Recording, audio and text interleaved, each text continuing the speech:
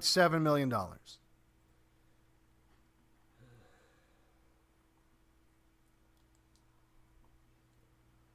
Well, what's their net assets, you ask? What is this war chest? What is this endowment? It's over $500 million. It's $686 million.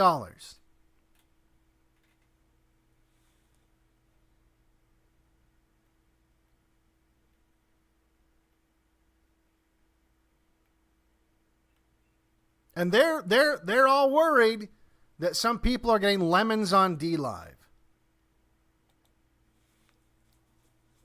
They're all worried that some people are getting super chats on YouTube or hyper chats on Odyssey. They've got over $500 million.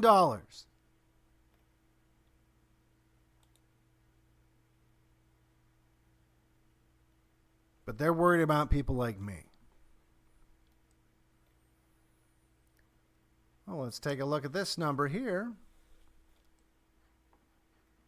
Public support. What kind of hyper chats are they getting? Well, in 2017, they brought in $111 million. 2018, $97 million. 2019, $108 million.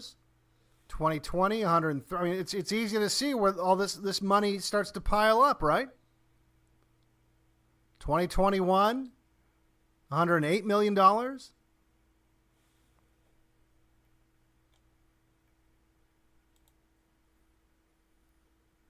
For a total of about $500 million, just over.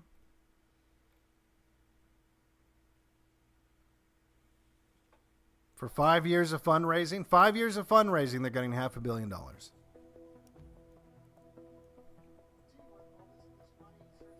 So that fucking skank bitch can make a infographic and talk about how clever it is that she figured out that people like to send hyper chats. Well, what about the people working there? Oh, well, so we know that the old crew has been kicked out because the funny thing is it wasn't just allegations of sexual impropriety, although I definitely believe that. It was allegations of racism. And really what that translates to is, I mean, I don't know for sure, right? But if I was to guess, they fostered this culture of hyper-racism within their organization. So if you're a person of color and you're not getting the raise or the promotion that you feel like you deserve because maybe you've been there longer than the white guy that's better than you who got promoted over you, well, then it's racism. Right? So in a way, they kind of start eating themselves. So a lot of the Jews and old white guys have been ejected from the organization and replaced with people of color. People of color with war chest of almost $1 billion.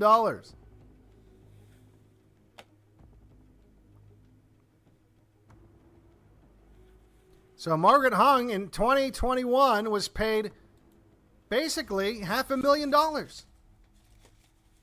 $500,000. She got paid $492,935. She's the CEO, the new CEO of the SPLC. Hi, I'm Margaret Huang, President and CEO of the Southern Poverty Law Center. I wanted to take a moment to express my gratitude for all you've done this year to support the Southern Poverty Law Center. In a time of deep crisis, you showed up for a future free from hate. You showed up for equity. You showed up for justice. Thank you. We learned the hard way in 2022 that progress can be reversed, that rights can be rescinded. We faced daunting opposition.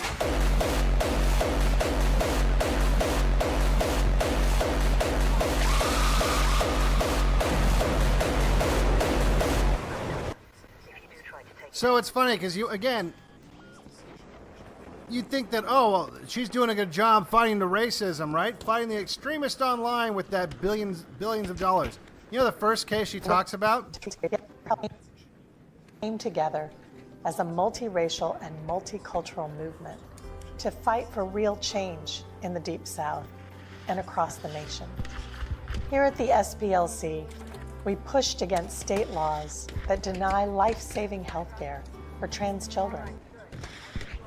The first case she highlights is going after laws that were being put in place to protect children from insane people that want to sexually mutilate them.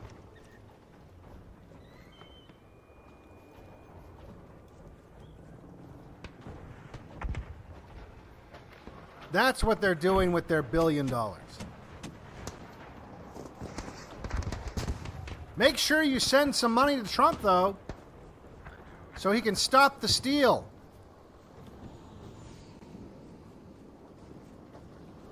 Don't worry about trying to combat this stuff.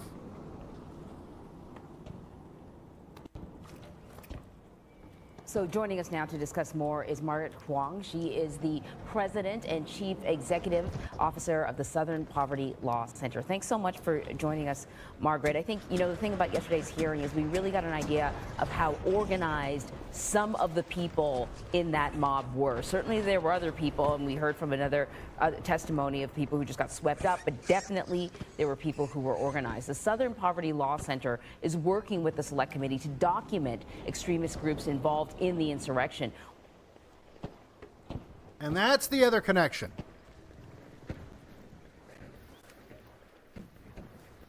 They're not just a group with $1 billion trying to get your kids sexually mutilated by the state or by their teacher or by whoever. They're not just a gaggle of non-whites trying to destroy your civilization, trying to attack you personally, trying to get you fired from your job and ultimately murdered if possible. They're not just using their platform to try to destroy your life with lawfare. No, they're working directly with intelligence agencies. The same way the ADL does.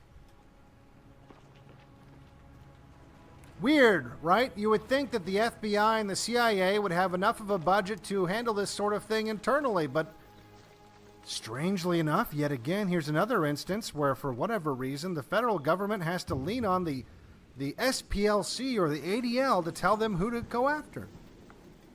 Almost like they work for them.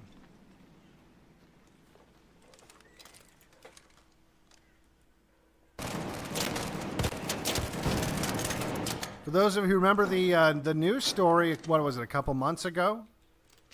Where the FBI came out with a report calling those moms that were not just that group we talked about, but just anyone going to PTA meetings and Catholics and they listed a bunch of normal American people as hate group members. That's where they got the information. That's where they got the designation. That the FBI was just told by the SPLC who the enemy was.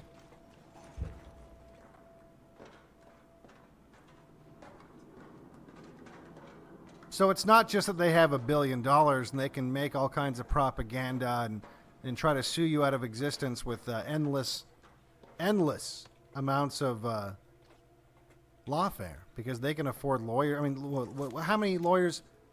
I mean, I almost feel like regardless of how much lawfare they undertook, even as expensive as lawyers are, $1 billion is a fucking $1 billion. This is the same group that went after people after the Unite the Right rally.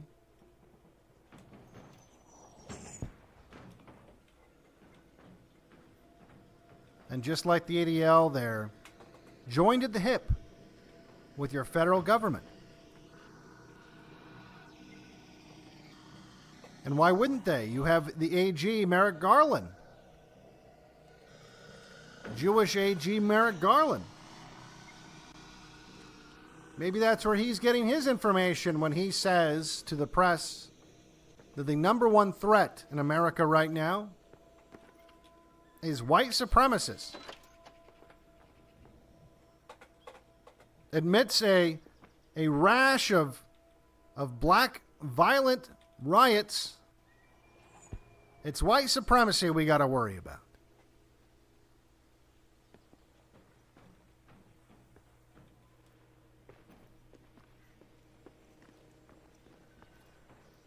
Well, you got Daniel McGregor here. He's getting paid close to $300,000. $291,821. Alicia Brooks. She got paid $281,503.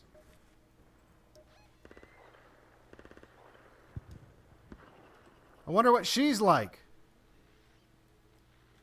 See, what she does, not only are they joined at the hip with the federal government, the SPLC, because they're an authority on extremist groups and hate groups. They also advise school districts. They get involved with training teachers.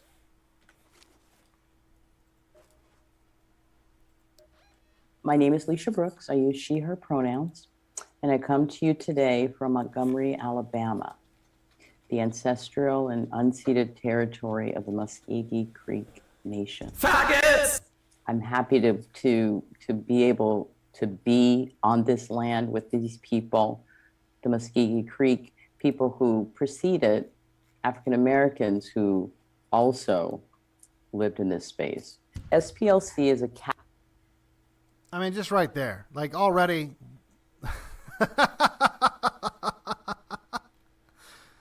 I mean, the amount of talking she said it was religious. It's a cult. These people are cult members just as much as the Heaven's Gate people were and just as much as Q-tards are. These people are members of a death cult. Only instead of wanting to commit suicide, they want to commit murder.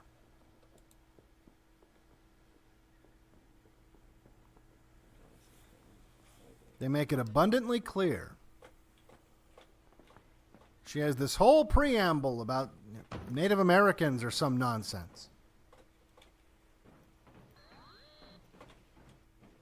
When this bitch really, if she was being logical and rational, and let's say that she just wanted to thank everyone that made whatever it was she was doing possible, I would think that she would have about a half hour of thanking white people for creating all the technology that's even facilitating this conversation she's having in the first place. I'd like to thank the Indians who used to live here. Why? What do they do for you? Nothing. But they're not a threat. They're not the target of your murder cult, are they?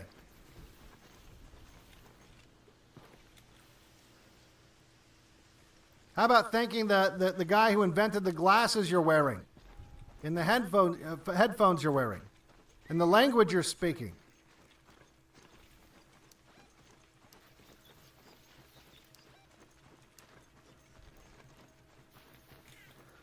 Oh, let me guess. That was all stolen by black people.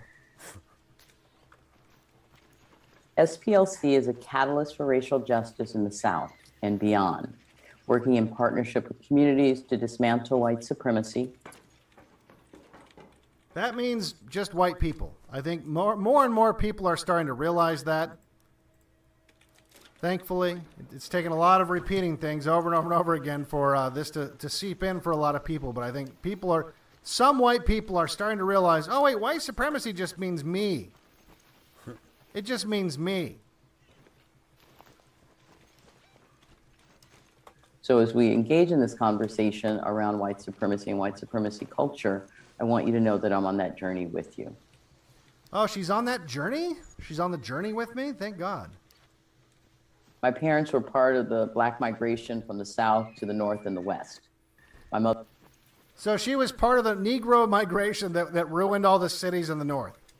That we've spent a lot of time in previous streams. Maybe that's why the SPLC got butthurt, right?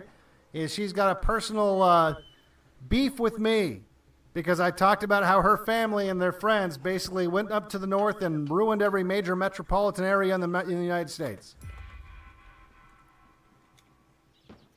So her family was a part of the enriching, one of the first waves of enrichment that took place in America. I am not method defect. And I don't see why, how can the doctor say that I am method defect? Well, let's hear her story in a little more detail, shall we? Mother from Texas, my father from Mississippi.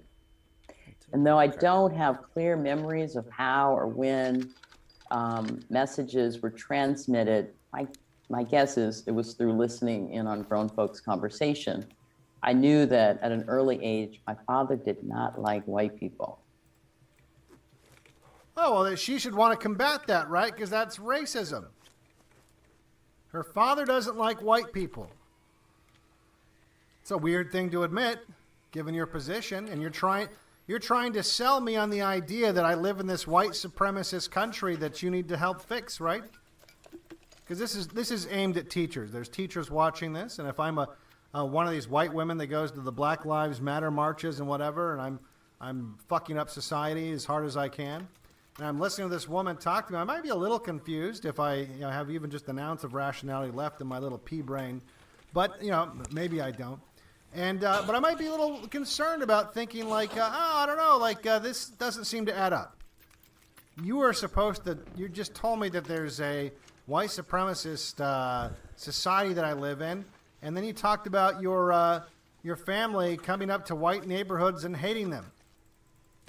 And the older I got, the more visceral his messages became. Wait, and so he keeps getting more and more racist, you're saying? Well, that's good to know. I wonder if that rubbed off on you a little bit. Of course, first, you'll have to commit yourself to interrogating and rooting out the active and dormant vestiges of white supremacy culture within yourself. Oh, it's you, though. It's you with the problem. And you'll have to recommit to that every single day. Every day. You'll never get rid of it, this white supremacy that's in your blood. It's in your blood. Look, it's just like the ADL when they say that, everyone's anti-Semitic but the Jews, right? Everyone's an anti-Semite. It's just this disease that non-Jews suffer from. Everyone has this disease that's in their blood. It's like a virus, or maybe it's a genetic disorder. I don't know. But whatever it is, it just makes everyone that's not a Jew really disapprove of Jewish behavior. It has nothing to do with the Jewish behavior itself. It's just this genetic disease that you're a carrier. Even if you don't, exhibit the signs, you're a carrier. You're going to pass it down to your children. It's part of your biology. It has nothing to do with what we're doing. It's part of you. In the same way that the Jews of the ADL say that, she's saying the exact same thing. She's saying, hey, white devil, guess what? Guess what? It has nothing to do with black behavior or anything like that. My parents that came from the South and went to the northern cities and caused probably a lot of white flight in the process. My dad didn't hate the white people because he was unable to compete with them and so therefore stuck in an underclass that he could never get out of because he just was a lower IQ individual like myself. No, that couldn't possibly be what was going on. No, instead it has to be this disease. This genetic disease that all white people suffer from. You see, you guys are just a big ball of genetic disorders. It's not just the anti-Semitism gene that's floating around in your gene pool. It's also this anti-black racist gene that's in there too.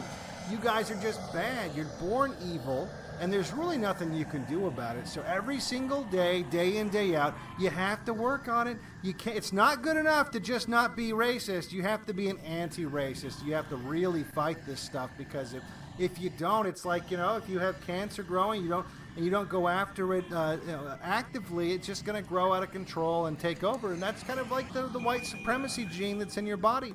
if you don't actively fight it every single day, it's kind of like super AIDS. It's just going to spread, and it's going to spread to your kids. And so you might as well either not have kids, or if you do have kids, chop off their genitalia so they're not reproductive. Because really what we're trying to do is make this a world safe for everybody. Except you. Right? That's what you're saying, right? What is white supremacy culture? Oh, do tell. And you may be thinking, why does she keep using that term? It makes me uncomfortable. I want you to check in for yourself on that. Tell yourself the truth. See, again, it can't make you uncomfortable if you're like this weird cat lady that you thought you were. You voted for Obama, right? You put a Black Lives Matter avatar up, right? You vote for all the right causes. You date black guys. So why does she keep saying that I'm a white supremacist? I don't understand. Oh, that's my fault too. In fact, the very fact that I feel uncomfortable about you calling me a white supremacist, that's white supremacy. It's a murder cult. It's a murder cult. Nothing you will ever do will ever satisfy these people. That's why we can't live together. How much of Americans' blood and treasure has been spent on this failed experiment of multiculturalism, and when will this goddamn madness stop?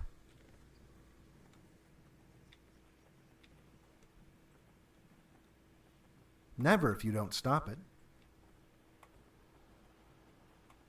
Never if you don't stop it.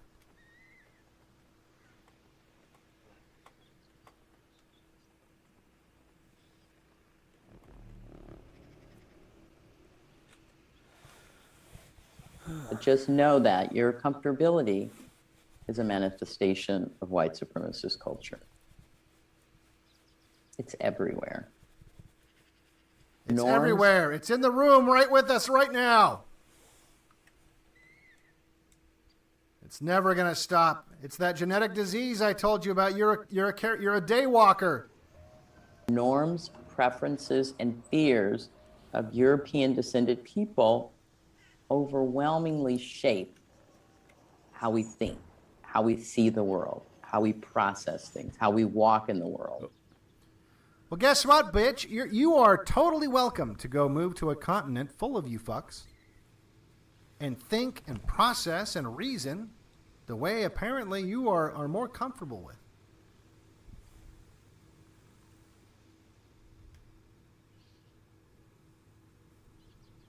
She should be kissing our asses.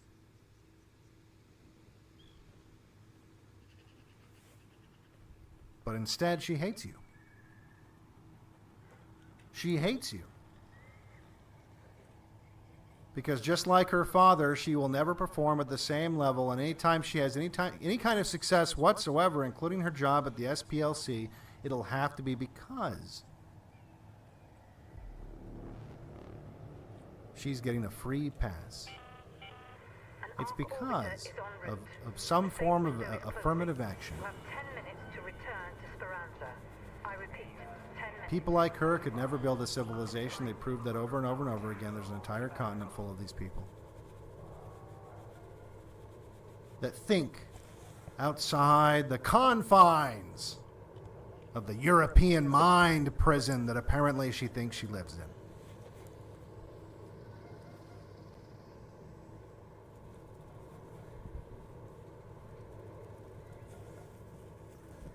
But she can't square that. She can't square that. This is why it's so important that even if you like black people, and I like black people, they're not all bad. No one's saying they're all bad. They're different. And they're different for biological, hardwired reasons that you're not going to fix by putting a fucking MAGA hat on them.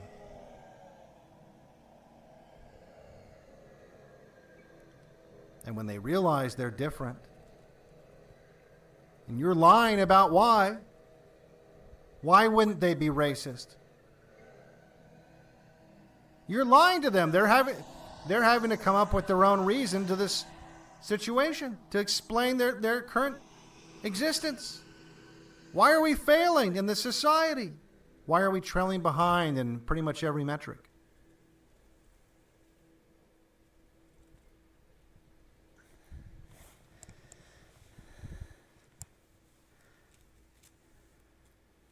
Well, it must be because of you.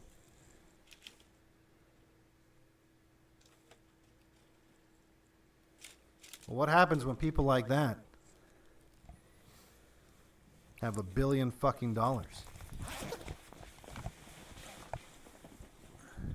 When people that with that kind of a racial chip on their shoulder have $1 billion fucking dollars, and everyone's afraid to even challenge them in the slightest bit, because they got mind fucked into believing that race is skin deep. Norms may manifest themselves as either or thinking. Oh, you mean like if then statements? You mean like white people are bad because we think in terms of rational terms. We don't like to have like this massive amount of gray area. We like to say, if this is true, then this. Well, that's too much like a computer. Black people don't think that way. What else is white supremacy? Or maybe paternalism. Oh, paternalism, having a strong father. I wonder why she'd have a problem with that. Oh, yeah. Jesus Christ. So having a strong father, that's white supremacy. Competition. Oh, competition. Now, again, she's explaining exactly what I just said, just in her own, low IQ words. Competition is white supremacy? Of course it is. Because they can't compete against us. I mean, unless we're talking about fucking basketball, they can't compete against us. And they never will be able to. As in never.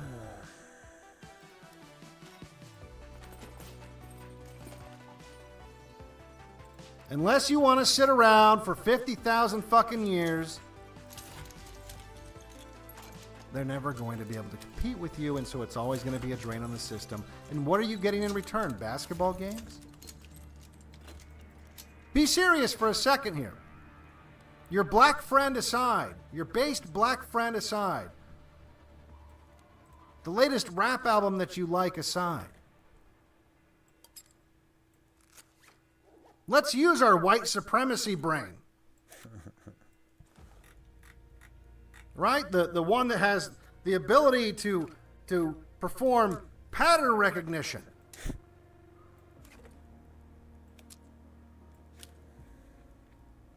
And employ reason and logic. Let's use the white supremacy brain, right?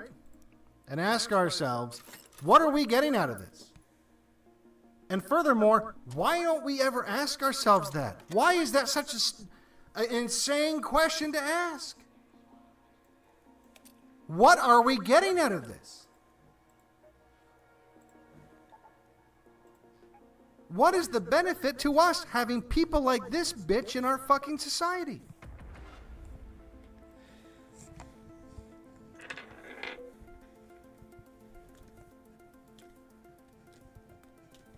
Truly. Does anyone have an answer? No one fucking has an answer to that question. You like watching fucking basketball? You think they can't build basketball courts in Nigeria? Well, maybe they can't. I'll tell you what. I would support our tax dollars going to building basketball courts in Africa if it would work towards solving this problem of white supremacy that plagues these people. Perfectionism. Oh, perfectionism. Another white supremacy. Wanting to do things good.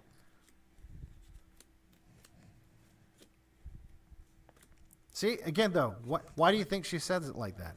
And look at that look on her face. That's probably because in many times in her lifetime, she was, what did she just say before perfectionism? The competition part, right? She was put in competition with a white person and failed. Or she was tasked with something by an employer and she didn't live up to the expectations. Because that expectation probably was informed by what expectations of white people are. And so when she fell short, the excuse that she came up with was, oh, they're just perfectionists. It's just more white supremacy.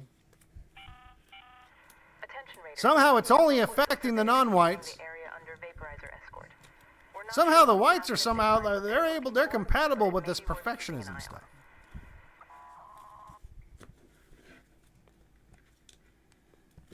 And again, part of me, I have a little bit of sympathy. Believe it or not, I have a little bit of sympathy. I've mentioned this before in the past. What would happen to you if you got plucked out of your country right now? Maybe kidnapped on it. You were abducted by aliens. You were taken to some alien planet where the average IQ was 300. And they used you for menial labor for a couple centuries. And then one day, the space Jews showed up and made them all feel bad. And they let you go. And now you were just in this society where the average IQ was 300. There would be no possible way you could compete in a society like that.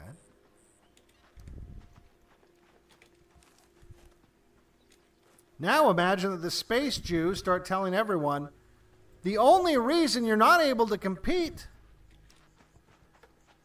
on this alien planet where the average IQ is 300 is because the Greys have it out for you. That's right. The Greys have it out for you. They're not smarter. We're all the same. We're all the same. So when you don't perform as well at work and get fired, or when they hire a Gray instead of you, a 300 IQ Gray instead of you, that's because they just fucking hate you.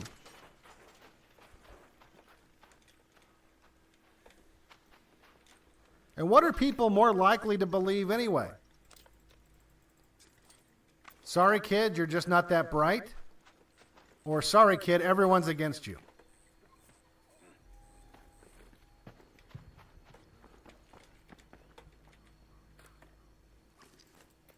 And that's the situation that African Americans and really Africans all over the West are in. Not to say that there's not the exception, there's always exceptions. By and large, the vast majority of people are not exceptions. That's why they're called exceptions.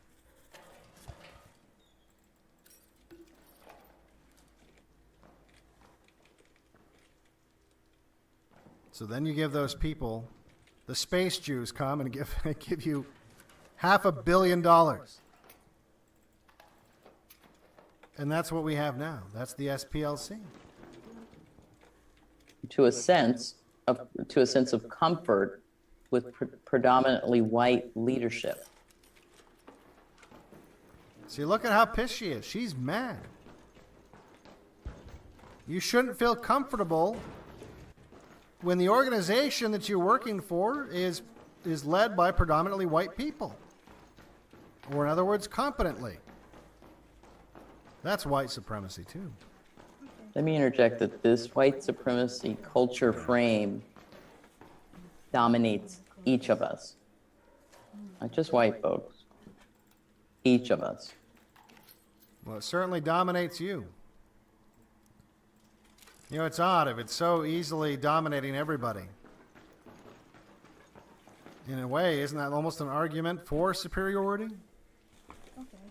Those who answer the call to teach bring their indoctrination with them and are fed even more through teacher preparation programs.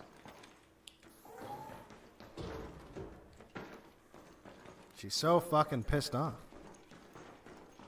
So, teachers, the same teachers that we're trying to arm with the legal backing that they need to trans your kids, let's make all the white kids hate themselves too. Anti-racist educators recognize that our institutions were built on a foundation of white supremacy. And they're committed to uprooting it. Now, I'm sorry. You listen to this fucking dribble, and you know that she thinks she's an academic. You know that she thinks she's, I'm blowing some fucking minds out there. There are people that they've never really thought about it this way before. Well, they're thinking about it now. That's why I'm earning my money, right? Her big dick money. See, her 281, and this is just her job at SPLC. She gets compensation from other places too.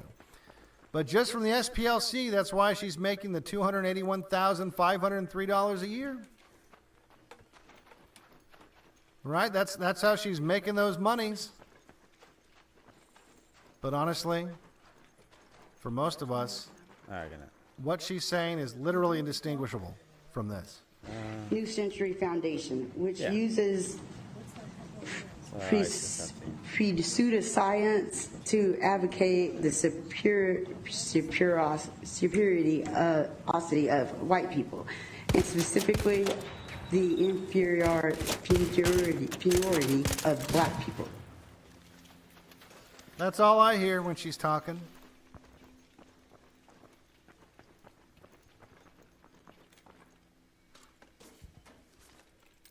I am not mental defect. And I don't see why, how can the doctor say that I am mental defect? Next up, we got Teenie Hutchison. Teenie Hutchison. She was paid $270,446 in 2021, and apparently she's real interested in her lake house and how she's going to redesign her house. With all the fucking money that she's got.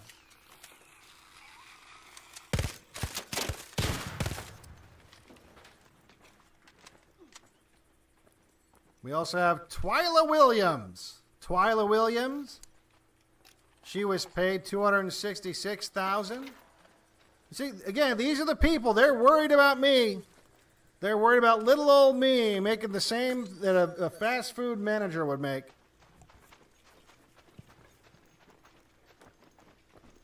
Well, they're making $250,000 fucking dollars for being about as bright as a fucking burned out light bulb over here. Seth Levy. Oy vey. He got paid $258,967 in 2021. Oh, you might remember this woman. Nancy Abudu. Nancy Abudu, who Biden nominated for the Supreme Court. Nancy Abudu, she was paid $243,236 in 2021. This is Nancy Abudu in the Senate hearings that she was subjected to. That's not what we're talking about. Let me ask you about the Southern Poverty Law Center more generally. What year did you join SPLC? February 2021. Or, I'm sorry, 2019. 2019. 2019 was the year that the SPLC paid $3.4 million in response to defamation lawsuits. 2019 was the year that Charity Watch gave your organization an F rating. The SPLC has been labeled by the left-wing policy journal Current Affairs as an outright fraud that uses willful deception designed to scare liberals into writing checks. The progressive journalist Alexander Cockburn said this about SPLC: I regard it, the Southern Poverty Law Center, collectively as one of the greatest frauds in American life.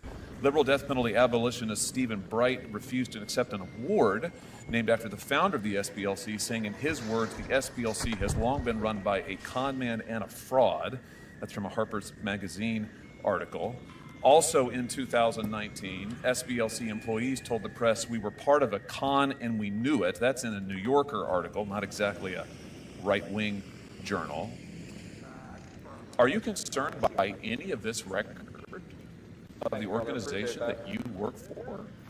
Senator, what I'm glad that I didn't hear in that litany is a complaint about the voting rights work that we've done, about the clients in the community. Are you concerned that Charity Watch gave you an F, that you had to pay $3.4 million in response to defamation lawsuits, that you've been criticized, your organization's been criticized as a fraud and a con job, and that you work for an organization who says it's their goal in life to completely destroy their opponents? None of that gives you any pause.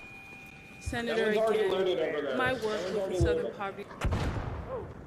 I am not method defect.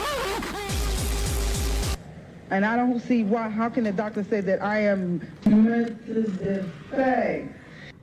See, the problem is in these hearings, you hear Congress echo really many of the same things that I've said. But then nothing happens. Nothing happens. They talk a big game. These hearings, they're basically just, I mean, it's all for show. They put on these big shows in these hearings, and yet there's still an SPLC. Yeah. It hasn't been shut down. Yeah. Their tax-exempt status hasn't been taken away. It's not as if they don't know. They're demonstrating, Congress is demonstrating that they know what they're up to. Hell, some of these people were put on the hate list themselves. With your hate group list, and I know that you've got Senator, let's see, this list is what incited violence against people in groups like the Family Research Council, and you've also released a list of members of Congress who traffic in hate and extremism. The list includes me, as well as Senators Cruz and Hawley. Can you explain why the three of us ended up on your hate list? No, I cannot. You can't. All right. Now here's the problem. You'd think, oh wow, she's really giving it to her, right? She's so mad. She's really giving it to her. Well, I clipped out what I'm about to show you. This is how she this is how she introed her line of questioning. This is the I guess the conservative, the eternal conservative, trying desperately not to look rude, certainly not racist, and certainly not even confrontational when it comes to facing an enemy who's black. Blackburn? Thank you, Mr. Chairman, and welcome to each of you. We appreciate that you are here.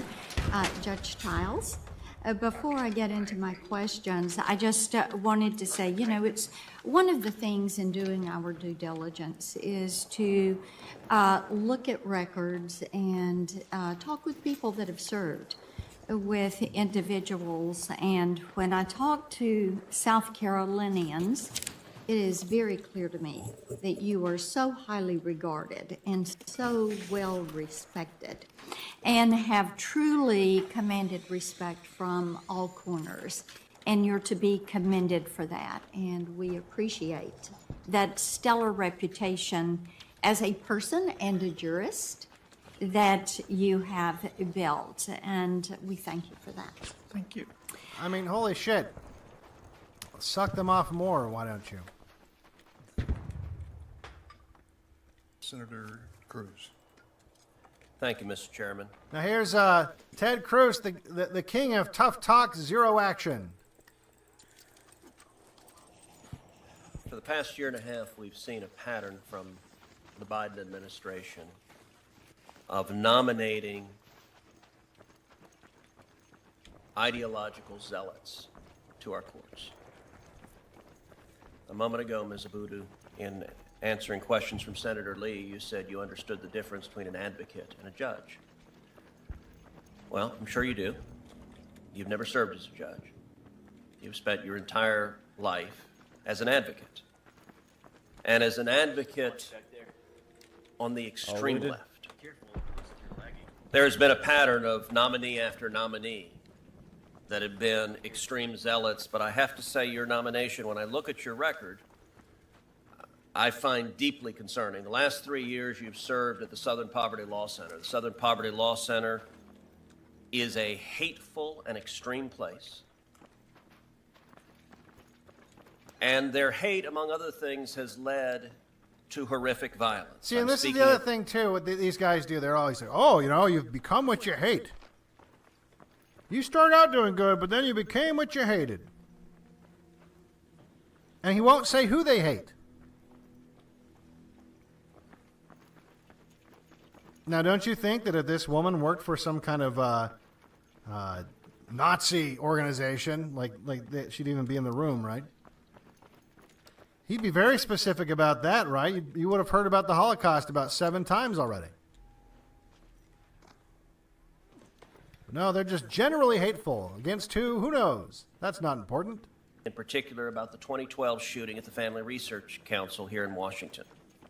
There, a gunman sought to make a political statement by shooting as many members of the Family Research Council as possible. And he sought to smear their faces with Chick-fil-A sandwiches after he murdered them. He was only stopped due to the heroic efforts of the Family Research Council employee, Leo Johnson, whose courage saved many lives that day. The evidence in the case indicated that the shooter had assembled his targets by visiting the Southern Poverty Law Center website of so-called hate groups, where the Southern Poverty Law Center equated the Family Research Council with true bigoted hate groups like the KKK and See, the there Nazi it is. Party. He can't just say, no, actually, the KKK has a right to exist. He'll tell you all day long about Israel's right to exist, but he'll never say the KKK has a right to exist. He'll never say people like you and I have a right to exist.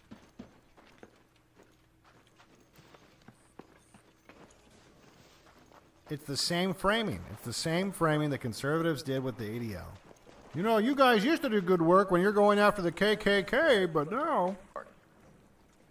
Do you agree with your employer that the Family Research Council is equivalent to the KKK or the Nazi Party?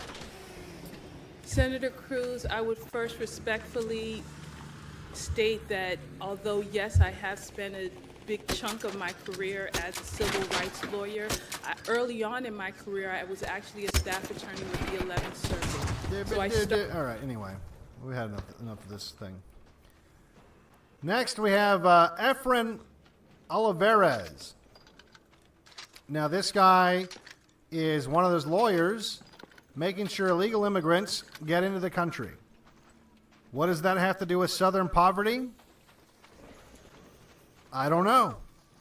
In fact, you would think that if that was what they were actually worried about, the last thing that they would want is to import more poverty that would displace more Southerners, black or white. But they don't care about that. They care about destroying white society. That's his job, and he does it well. So he's the free lawyer that you get if you're an illegal immigrant. And they've got $1 billion. That's more than the legal budget of many states.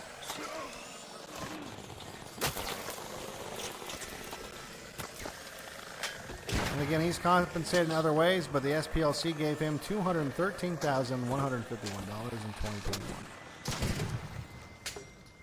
But I'm the big scary man. This name just kind of cracked me up. I mean, you know her parents were alcoholics. I know that black people name their kids after, like, you know, Mercedes and Porsche and, like, you know, fancy things. First of all, Bacardi, they're not just alcoholics, they're cheap alcoholics. You know, they named their kid Bacardi.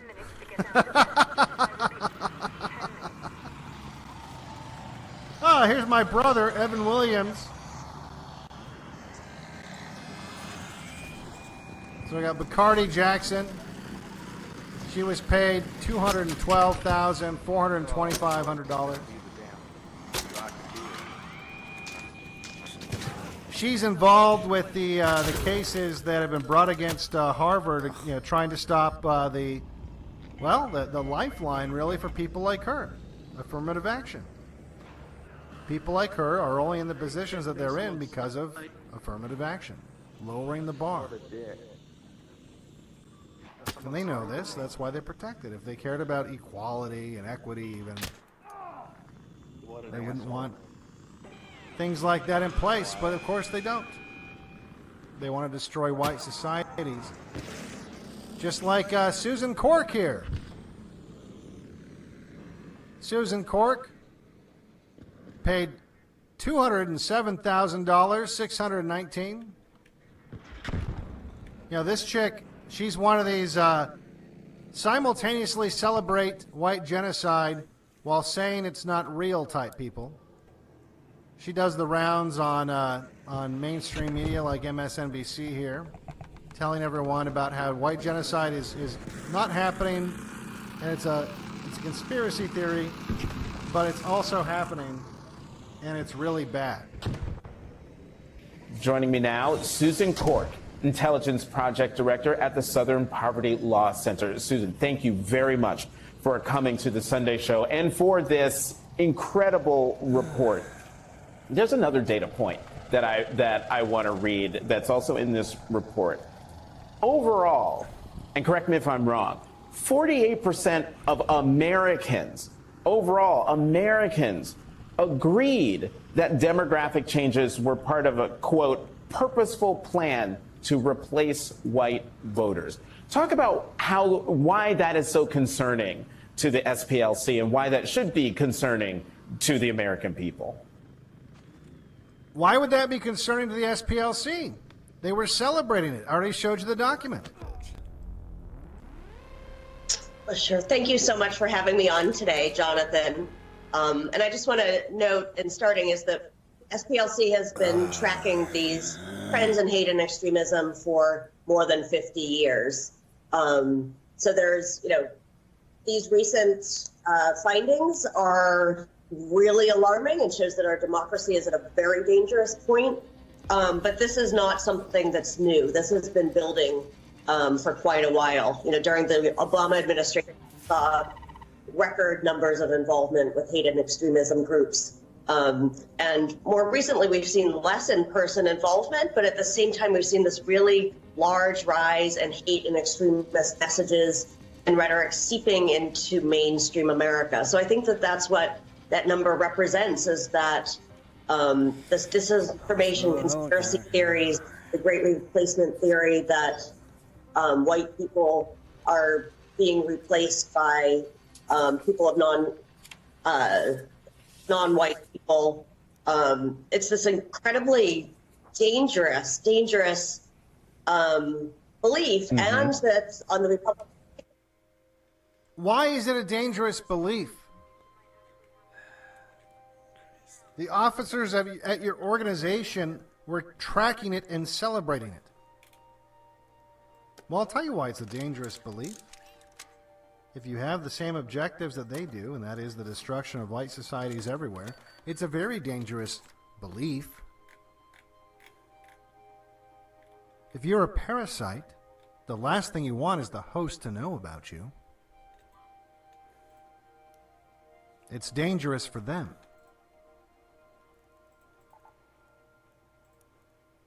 They want you to go quietly to the grave. No complaints. No pushback. Because they know if white Americans were sufficiently educated on this topic, they would be able to stop it. They would be able to push back. They would be able to do something about it.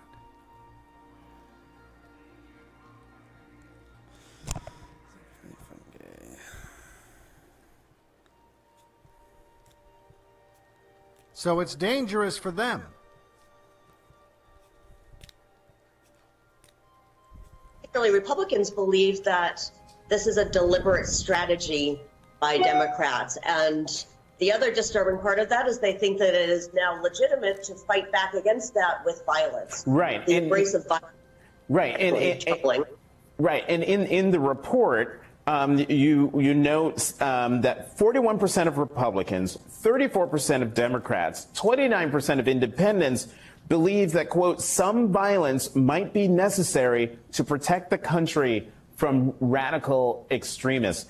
41% of Republicans. That is an incredibly dangerous number. I've studied trends in democracy around the world for decades, and when you have that, fundamentally at the heart of democracy is a belief in the peaceful transfer of power. And when you start to see this othering, where you see the other party as not only, a competitor, but as a danger, and a danger that... Ah, yeah. You wouldn't want that, right? You wouldn't want the American people to see you as a danger, as a threat, as an enemy. Wouldn't want that at all.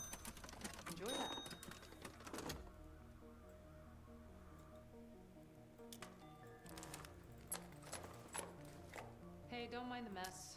I'd say I was in the process. I wonder why that is. That would be a lie. Really, that's their power. Look, you can't simultaneously believe that a lot of these people are incompetent and, in some cases, ill-suited for competition with us on a genetic level or biological level, however you want to put it, and also believe that somehow they're unstoppable. No, they're very stoppable.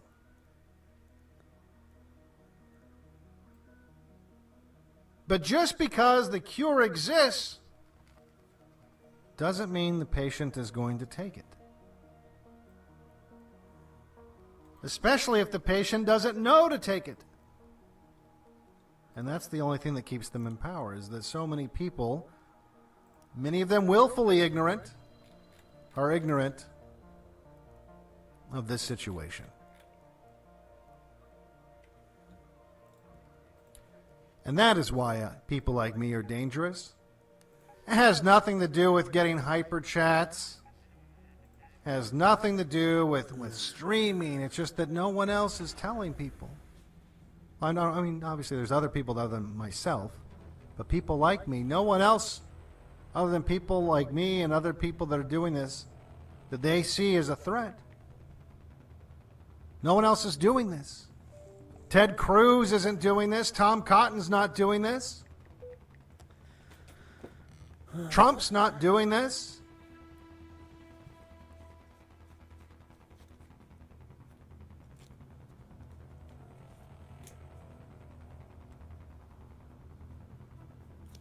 We're like the smoke alarm and they're like the fire.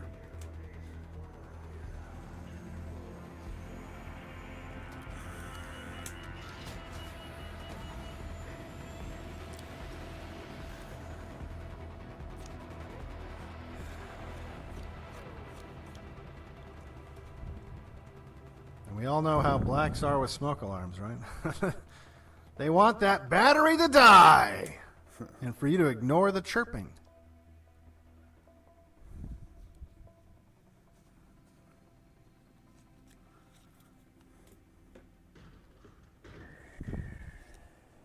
We also have people like this. Cherry Gamble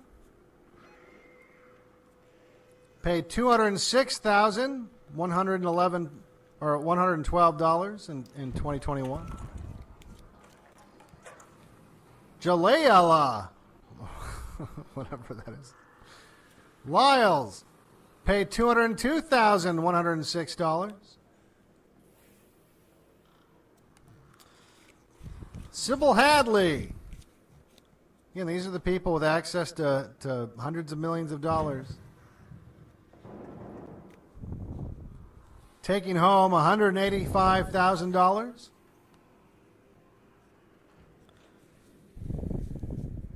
Elizabeth Grossman. Elizabeth Grossman. Hey, taking home $169,000. $1,453.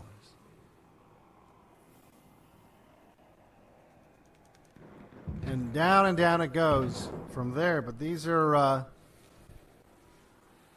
not small numbers. And look, with a budget of what were their expenses? $111 million. And I mean, this is chump change.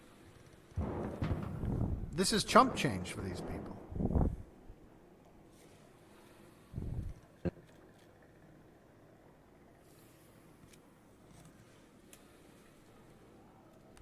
And the unfortunate thing is, these people have known this for years. The people on our side, the people that are supposed to be doing something for you in Washington, the people that if you keep voting harder right, eventually we're going to have a win. If we wait long enough, good will win. They're well aware of this. They're well aware of these groups. But in the same way that the black people that aren't given the right answer to why they're underperforming in white societies, so therefore they can't come up with any kind of rational reasoning for the situation. The same sickness, the same, I think in this case, willful ignorance, muddies the waters and the minds of the people on the other side. If you can't just simply say, hey, guess what? Black people just they're not going to be able to compete with white people, generally speaking. Of course, like I said, there's obviously there's exceptions. There's bound to be. But generally speaking, that's going to be the reality.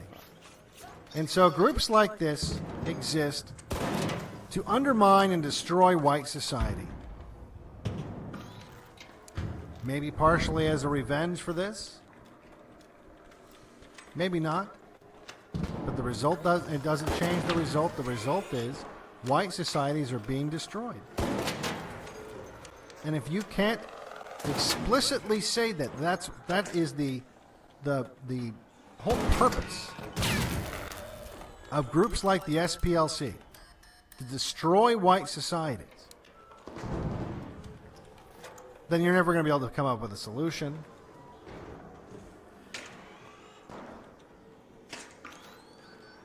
You're going to be stuck in this frame of like, whoa, no, they want to do good and they do some good or whatever.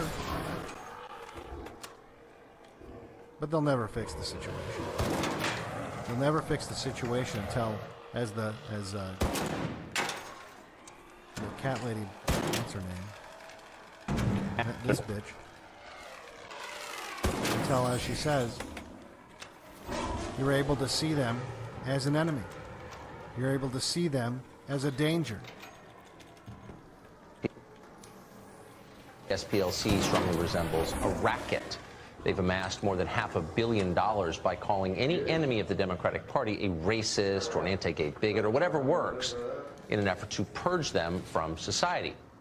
For doing all of that, they get an indirect government support because they're a tax-exempt entity. Senator Tom Cotton is a Republican, represents the state of Arkansas. He recently sent a letter to the IRS urging them to investigate the SPLC's tax-exempt status. Senator Cotton joins us tonight. Senator, thanks very much for coming on. So just the obvious question first. This is an organization, a small organization that has a $500 million endowment. How are they tax exempt? Exactly? Yeah, so the Southern Poverty Law Center has over $500 million. About a quarter of that, Tucker, is parked in overseas accounts, as best we can tell. I don't know many charitable advisors say it's best practice to send your endowment to overseas accounts in the Caribbean. That's one reason why Charity Watch gives them an F rating, a very well deserved F rating. Because you said, Tucker, they've really become kind of a hate group themselves.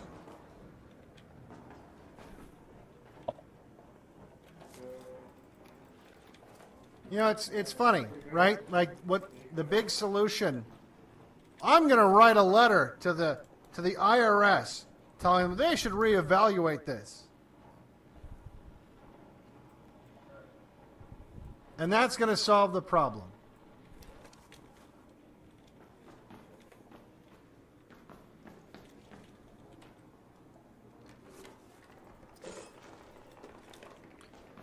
It reminds me of Team America. When Hans Blix goes to talk to Kim Jong-il, He's looking for weapons of mass destruction or whatever.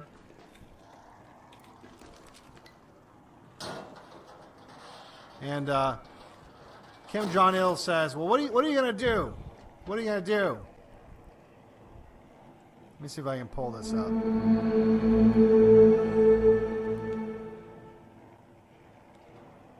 I might be able to pull this up. Hey, babe, give me a ring when you get off school. I don't know if this is the right scene. We'll see.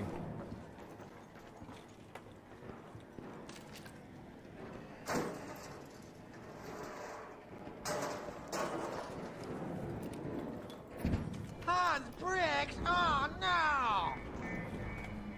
Oh, hello. Great to see you again, Hans. Mr. Ill, I was supposed to be allowed to inspect your palace today, and your guards won't let me into certain areas.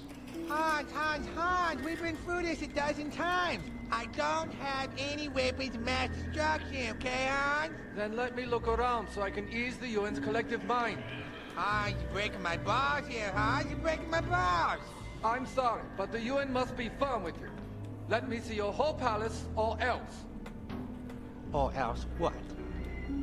Or else, we will be very, very angry with you. And we will write you a letter telling you how angry we are. Okay, I'll show you, Hans. You ready? Stand ready to your left.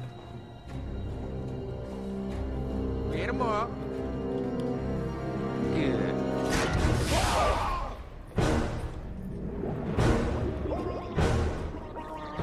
There you go, Hans Briggs! How you like that, you fucking cocksucker? You have any idea how fucking busy I am, Hans Briggs? Well, fuck you! You want inspection? Well, inspect that, you butt-fucking piece of shit! What, you think I'm just a petty arms dealer? I'm planning the attack! Congratulations, Team America! You have stopped nothing. So that's basically what it reminds me of. Matt Damon. I recently revisited. Yeah, stop this from playing. That's what these people sound like. Well, you're right, Tucker. The SPLC, they're really bad and anti-white and trying to destroy us. But you know what? I'm going to write the IRS a letter. I'm going to write the IRS a letter, and I'm going to tell them that I'm very, very angry with the SPLC. And then something will happen or something. You know, it's funny because when the right is in power, they write a mean letter to the IRS to shut down the SPLC, and of course nothing happens. This was from years ago. But I happen to remember someone by the name of Lois Lerner. Lois Lerner. You see, when the Democrats are in charge, they're not afraid of wielding power, and they're not afraid of the consequences, because quite frankly, there just aren't any. I don't know how the right doesn't realize this, but there aren't any consequences anymore. Lois Lerner was essentially guilty of treason, a hangable offense. Nothing happened to her. Nothing happened to her at all. She revoked or held back the tax-exempt status of all kinds of, Tea Party-type groups. Yes, no. 100% for political reasons. Nothing happened.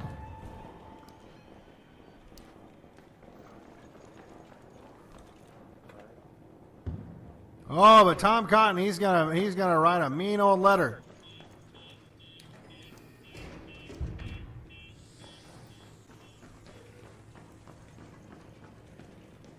And what's even more fucked up, well, Tom Cotton's he's writing that mean letter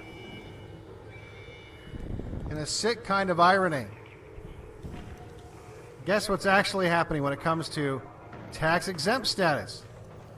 Welcome back to CBS This Morning. Researchers say most terrorist attacks in the U.S. this year were committed by white supremacists and like-minded groups.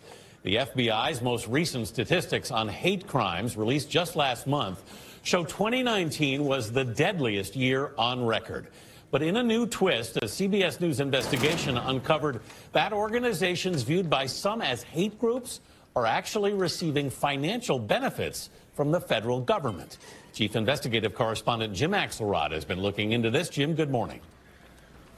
Good morning, Anthony. When the IRS designates an organization to be a charity, some substantial benefits come with it. The group doesn't have to pay federal taxes or, in many cases, property taxes. As for donors, contributions are tax deductible. Now, this all adds up to a certain credibility for the group. And our investigation found that credibility is being enjoyed by a number of groups you may find troubling.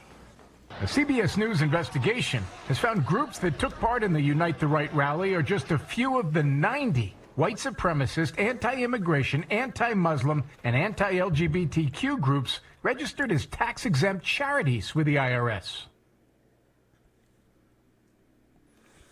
And the great irony is, where did CBS News get this list of hate groups? The SPLC. This also includes groups like the Council of Conservative Citizens, which inspired Dylan Roof to open fire on a Charleston church in 2015. When we hear that term charitable, we think good. Phil Hackney is a former IRS attorney who worked in the office of the chief counsel overseeing the nonprofit sector. Is being granted tax-exempt status, is that equivalent to some form of governmental endorsement? For all practical purposes, it is a governmental endorsement. They're endorsing hate groups. Well, then they're endorsing the SPLC.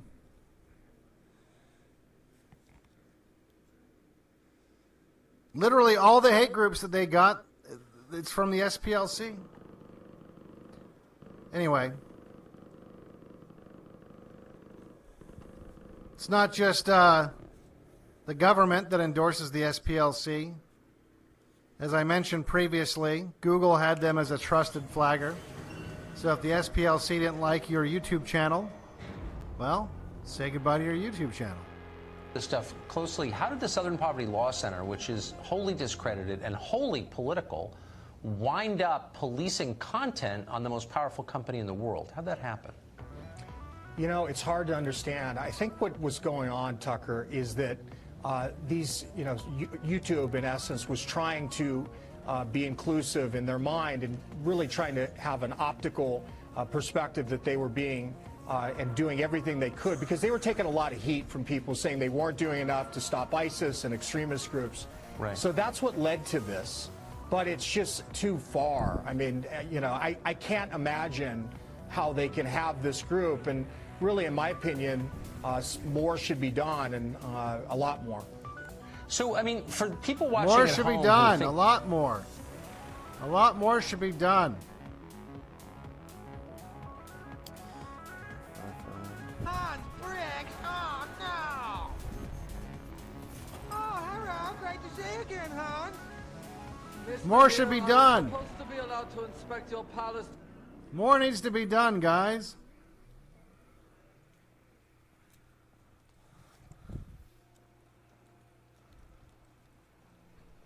Again, that was a few years ago, so what's going on now? Surely by now the SPLC's reputation's been ruined. I think the work that we're most well known for is our work against hate groups in the United States. Our goal is to make the leaders and the organizations themselves feel the power of the law. Some of you probably are familiar with Stormfront, the leading neo-Nazi site in the world. And this is what they say is the truth about the Southern Poverty Law Center. Galling as it may be, no other single organization has more effectively damaged our cause. Between 2008 and 2015, the number of registered users on Stormfront has actually doubled. And we are becoming increasingly concerned that this is where our bad guys live. It's no longer in sort of traditional hate groups.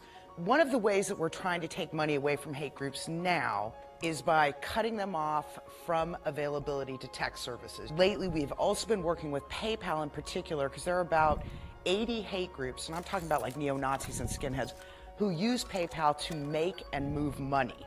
And for us, this is basically the funding of domestic terrorism, and we need that to end.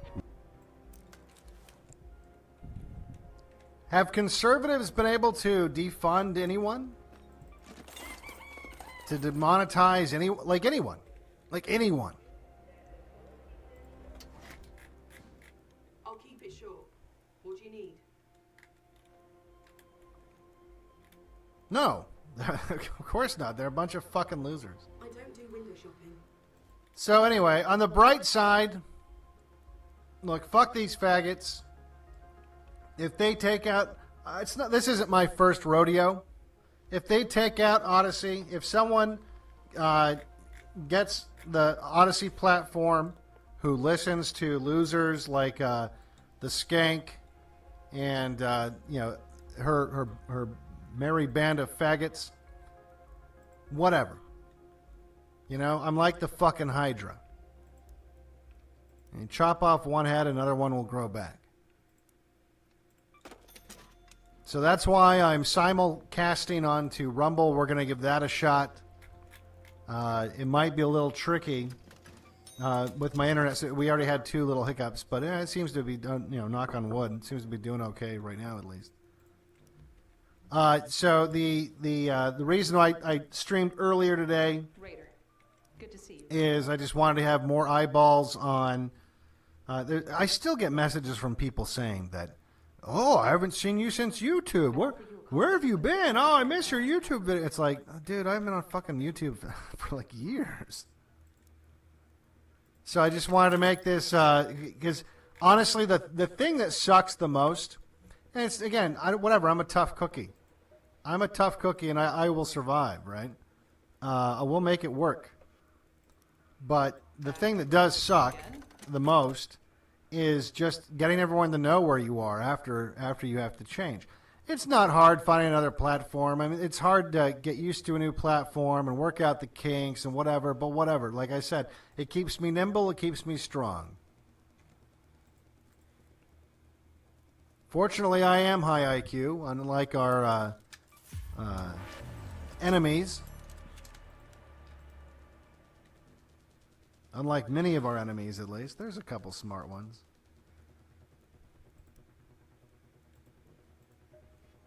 But they're not forced to use their minds. Even if they started out smart, their minds have atrophied because when are they ever challenged? I like this. Are they challenged by Tom Cotton writing them a letter? Oh no, Hans Blix!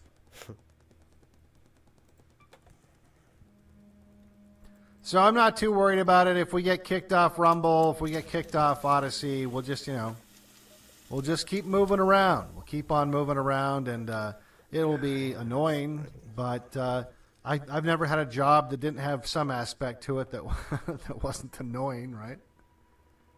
So it just comes with the territory. Comes with the territory.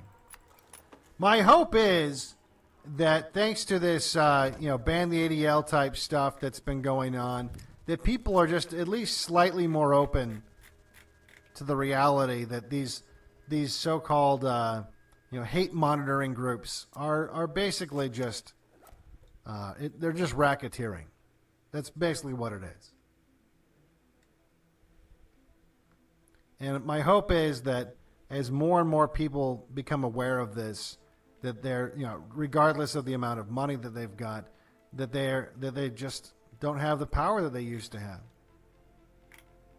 Especially as they get staffed more and more by diversity. I mean, like I talked about earlier, it already started eating itself.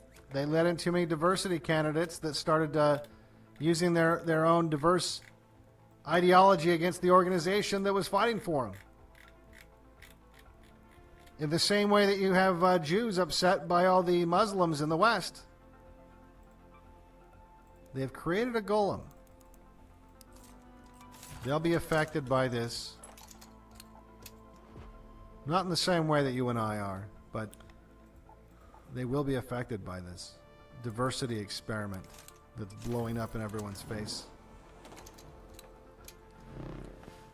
So anyway, in other news, of course, we have to talk about Israel because, you think the SPLC runs things. Well, you ain't seen nothing yet. 2 hours for a serious debate on the issues that matter most. We have anti-Semitism all over our college campuses. We will stand with Israel. Jews support Israel with whatever they need, whenever they need it. It is not that Israel needs America. America needs Israel. The founding vision of Israel. America is here, no matter what it is you need at any time, to preserve the state of Israel. With a question from Matthew Brooks, the CEO of the Republican Jewish Coalition. Jewish students across the country are threatened. Scourge of anti-Semitism across this country. Anti-Semitism. Any campus that allows for anti-Semitism, you should lose your federal funding today. I would deport you. No, it's the anti-Semitism that's spiraling out of control. Jewish students and synagogues. Anti-Semitism is just as awful as racism. The Jewish people Providing Israel with the $14 billion that they need, we are 100% undeniably standing shoulder to shoulder with Israel. When we make sure that we have the backs of our friends, whether it's in Israel. Anti-Semitic. Horrible stuff. Making sure that Israel and that Israel situation, Israel must be defended. On behalf of the Republican National Committee and all of us at NBC News, good night, everyone from... So what's going on in Israel news? Well, first of all, after watching all these candidates desperately stroking the circumcised cock of Israel, and look, these people aren't stupid either. They know a lot of the voters would agree with what they're saying. A lot of the voters would, believe it or not, a lot of the voters would agree with what they're saying, as sad as that might seem. Because a lot of the voters are totally unaware of what Jews actually think of Christians. Well, if you're one of those people who thinks that they're the chosen ones and you're not, you're just a second-class citizen next to the Jewish people. Well, you know, in some ways, the Jews, you know, they agree with you. These are Israeli Jews asked about non-Jews.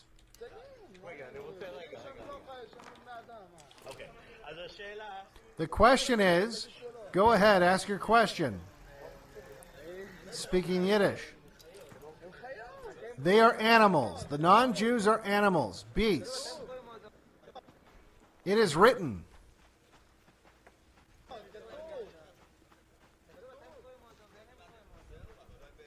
Ah, you are right. It isn't written that they are animals. There is an explanation why they are. Hold on. That is what I want to understand.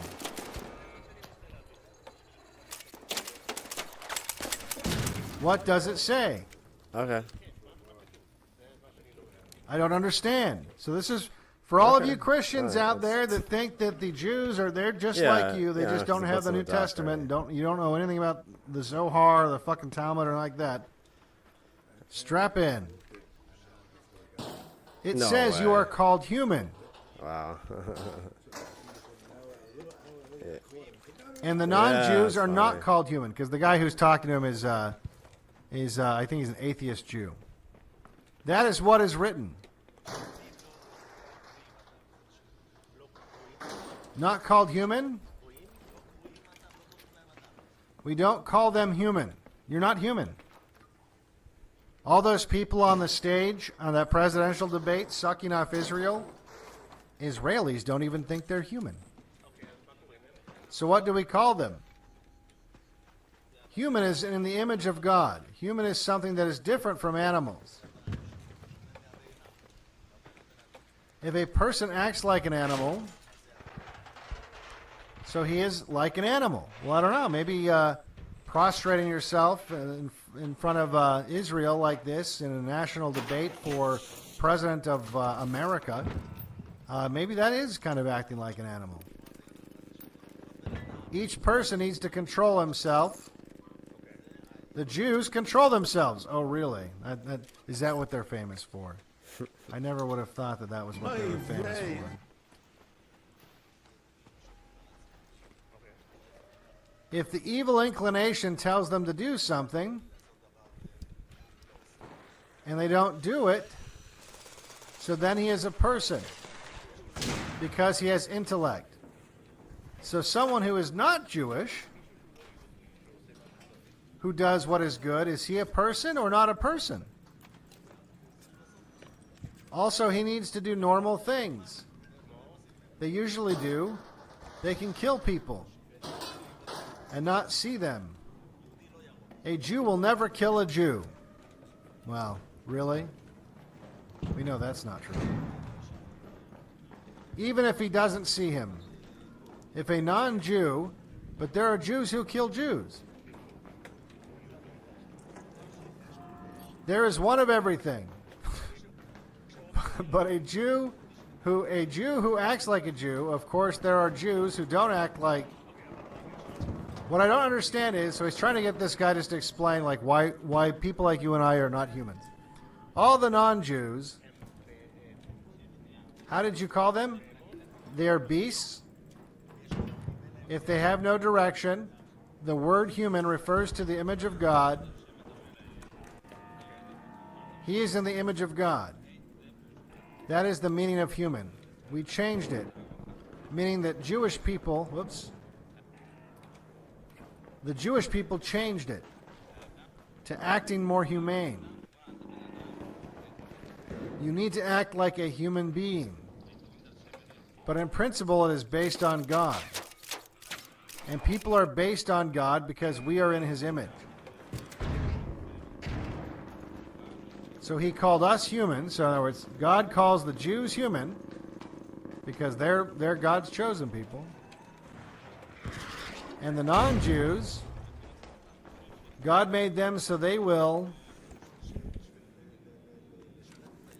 serve the Jews. Look, are they wrong? Look at all our presidential candidates. Don't they sound like they're serving the Jews?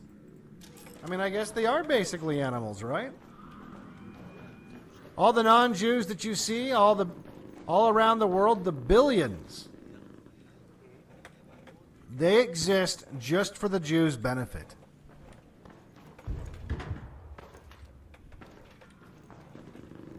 Well, it kind of seems like the Republican presidential candidates, I mean, that's true. They seem to exist just for the Jews' benefit.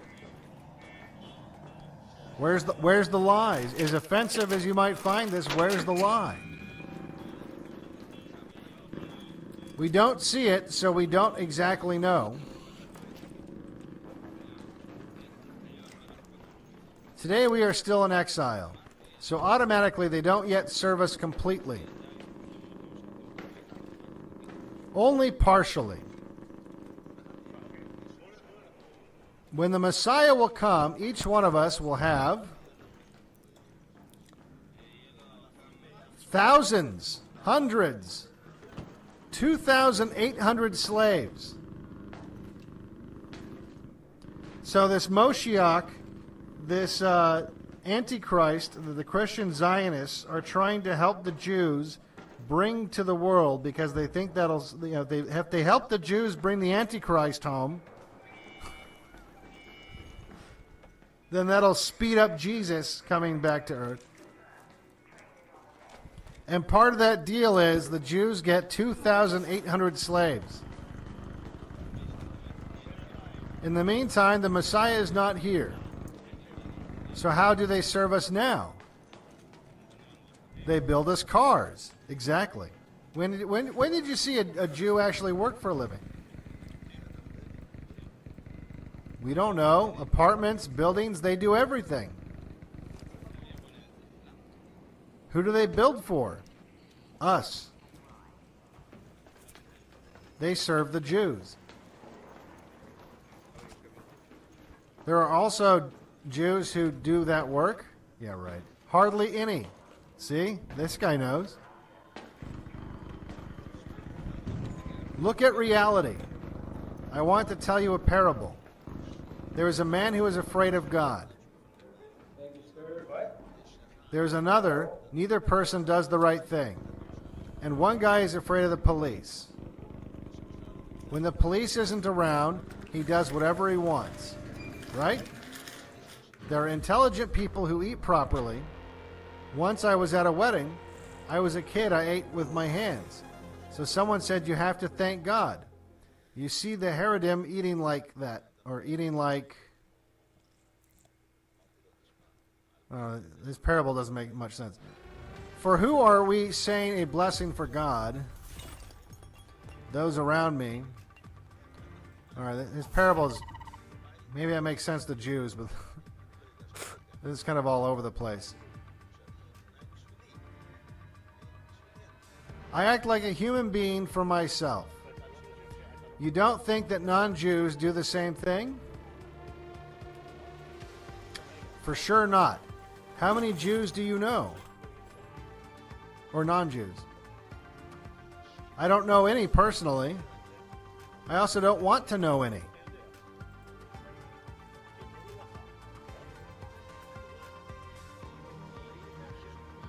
We see how they act. They don't act well like the Jews. They kill their own parents. A Jew must act to show the other that he is also a Jew, to show his heart that he is also a Jew. But the non-Jews don't do that. There are things written in the Talmud that we don't really understand that is the truth. There are things that are written, and we don't know exactly what it means until we are told. We know a bit. Go on with your questions. What else do you have? Last week, someone went to his ritual bath, the one who was murdered. He was atoning for his sins. He was murdered. This is kind of getting all over the place again. Get to the good stuff. Who cares about that? Anyway, it's pretty obvious that non-Jews are not humans. They're animals that exist only to serve Israel. And I don't know how you can come to any other conclusion, quite frankly. A serious debate on the issues that matter most. We have anti-Semitism all over our college campuses. We will stand with Israel. Jews support Israel with whatever they need, whenever they need it. It is not that Israel needs America. America needs Israel. The founding vision of Israel. America is here, no matter what it is you need, at any time, to preserve the state of Israel. With a question from Matthew Brooks, the CEO of the Republican Jewish Coalition. Jewish students across the country are threatened. Surge of anti-Semitism across this country. Anti-Semitism. Any campus that allows for anti-Semitism, you should lose your federal funding today. I would deport you. No, it's the anti-Semitism that's spiraling out of control. Jewish students and synagogues. Anti-Semitism is just as awful as racism. The Jewish people Providing Israel with the $14 billion that they need, we are 100% undeniably standing shoulder to shoulder with Israel. When we make sure that we have the backs of our friends, whether it's in Israel. It's anti-Semitic, horrible stuff. Making sure that Israel and that Israel situation, Israel must be defended. On behalf of the Republican National Committee and all. So are they wrong? Are they wrong? So, of course, the big news right now going around today is, oh, look at all the protests. Oh, look, this is New York. You would think that it was Beirut. Look at this, it's New York. Oh, how come the cops aren't stopping them? It's so crazy. Oh, it's so bad. We need to deport all these. Now, magically, we need to deport people. We weren't able to deport anyone before, but now that the Jews are worried, now we can deport a handful of people. Oh, look at London. Oh, it's terrible. Look at that. All these fucking Muslims. We'll finally have to deport people because this is worrisome. This is very worrisome.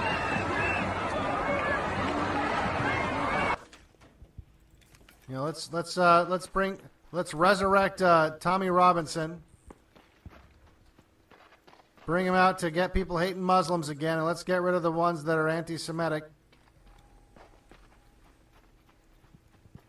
Meanwhile, in Israel, they're talking about, in as many words, doing a second Nakba. Now, for those of you who don't know, the first Nakba, and I've played clips from some of the Israelis that perpetrated it a couple streams back.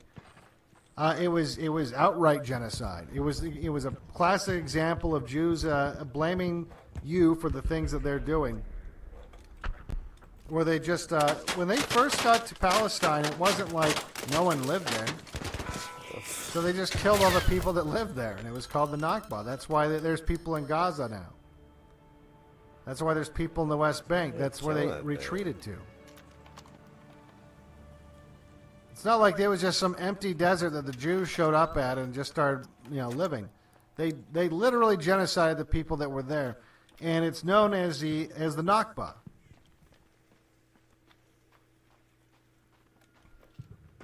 And here it is. I forget his title, but here's an Israeli talking about the second Nakba.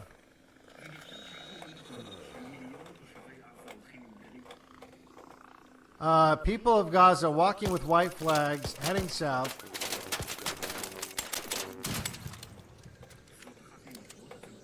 Is this a psychological goal of the operation? What's the first part he said? When we see scenes of millions of Gaza people walking south, is that the psychological goal of the operation? Is it strategic or is it temporary? It's first and foremost an operational event. We have there a huge number of fighters of our own that have to operate in a very densely populated area. So he's talking about the IDF.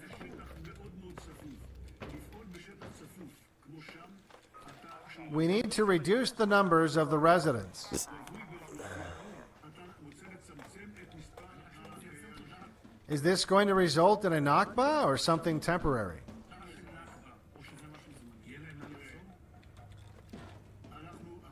We are now rolling out the Nakba of Gaza.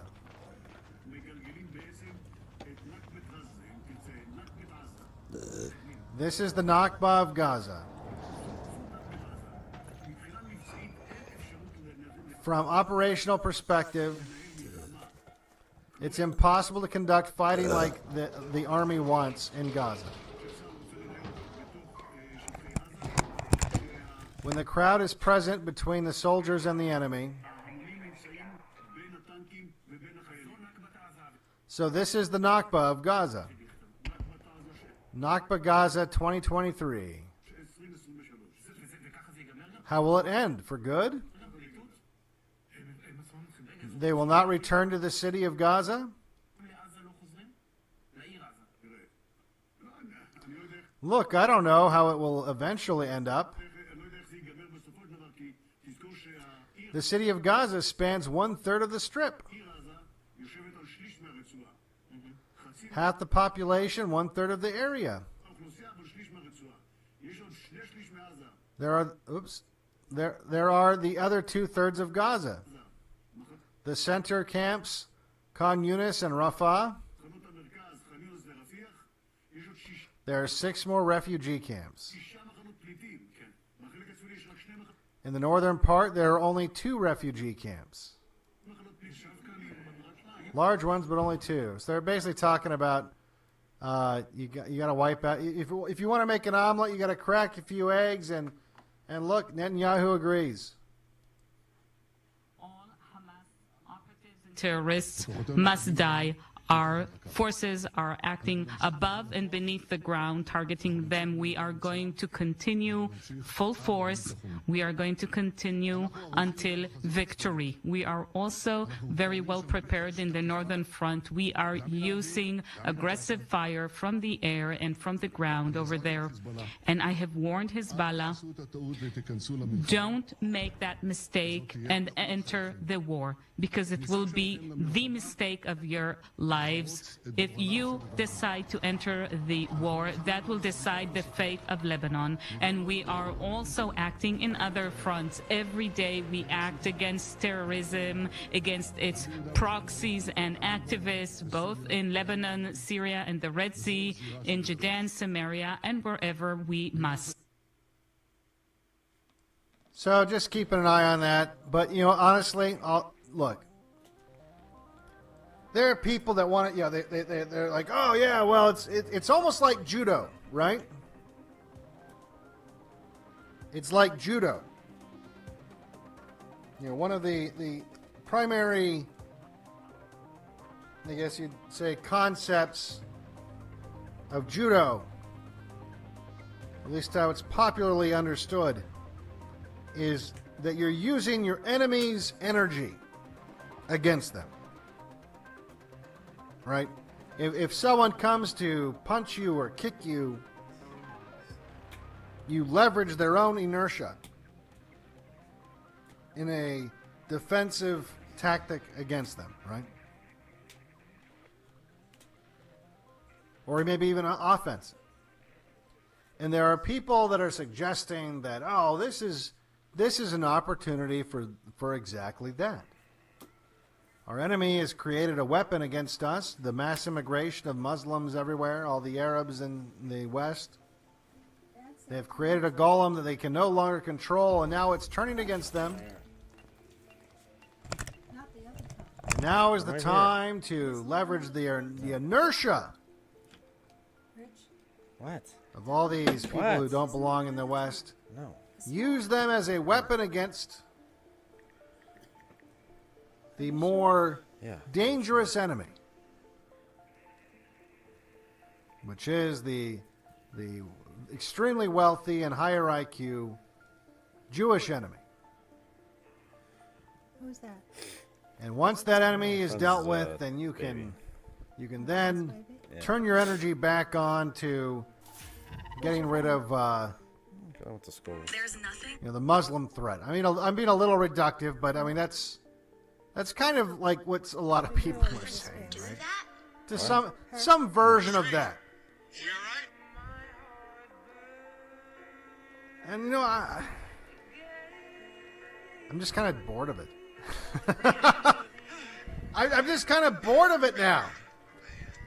I was promised a massive invasion of Gaza and Hezbollah coming in and throwing missiles into Israel and Iran getting involved, and maybe they shoot like a supersonic, something or another and hit an American vessel, and maybe Russia starts getting involved by funding proxies and just World War III, and at this point it's just starting to look kind of gay and lame. It just seems like none of the people that have the ability to take it to the next level, it just all seems like they're kind of pussies, and they're not really going to do anything. And so at this point, I'm kind of just bored of the whole Gaza-Israel thing until I can see some fucking mushroom clouds, right? And I'm sorry, it's just like I kind of don't like. I mean, I get it. The enemy of my enemy is my friend, sort of. But is it really? I mean, not really. I mean, why? Because some Chinese guy said this like 500 fucking years ago. Like now, it's just a fact. I mean, how's that for white people obsessing and fetishizing the exotic? Well, some ancient Chinese guy said it. Ancient Chinese wisdom. Therefore, it's true. I'm not saying it doesn't have like an element of truth to it. I'm not even saying that, if done properly, you couldn't perform some kind of judo move and that wouldn't be at least maybe a little successful or whatever. But I'm just kind of bored with it. I'm just kind of like, okay, so it looks like it's starting to look like, Israel kind of gets away with it again, And why wouldn't they? Why wouldn't they? After watching that presidential debate, why wouldn't they? Who's going to do anything about it? It's the Hans Blix thing all over again.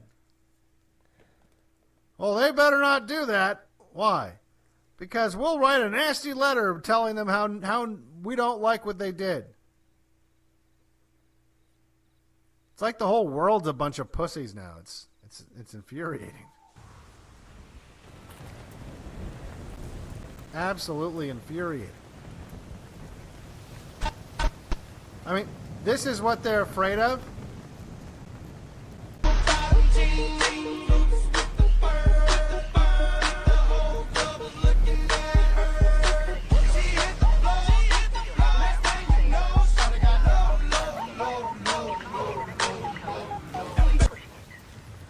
That's what they're afraid of?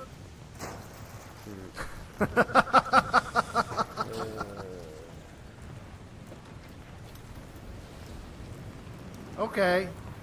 Then, why even bother? Why even fucking bother?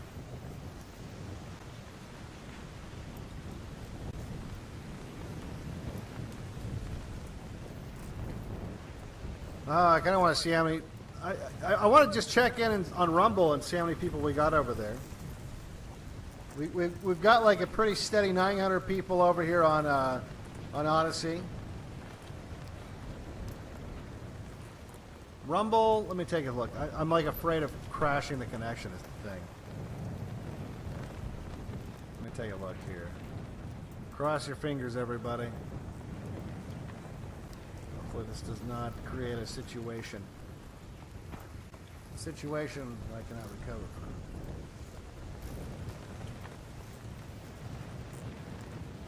Rumble, let me... Oh. Yeah, we got like 600 over on Rumble. Okay. That's not bad. That's not bad. So we got 900.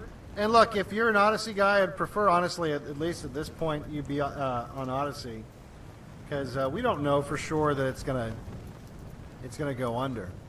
But if you're an Odyssey guy, I would at least, in preparation for that possibility, in anticipation of something like of Odyssey going down, we're gonna ride the ship all the way down. But I would at least, take a little trip over to Rumble at some point and subscribe and all that good stuff.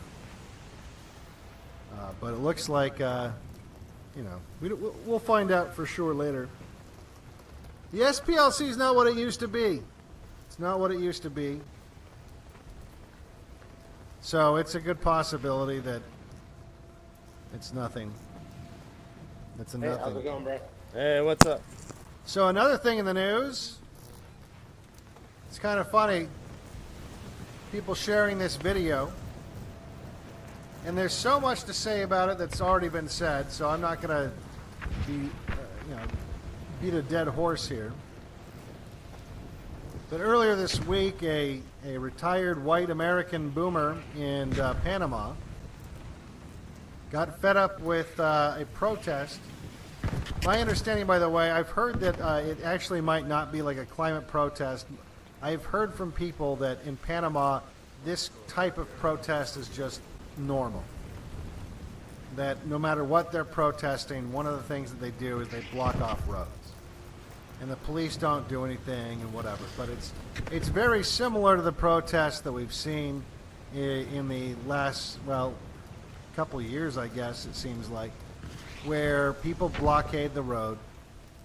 And as a result, eventually, people road rage, essentially. They get road rage. They either run them over or something like this. And this retired American boomer had had enough. And he got out of his car. And he just started going guns blazing.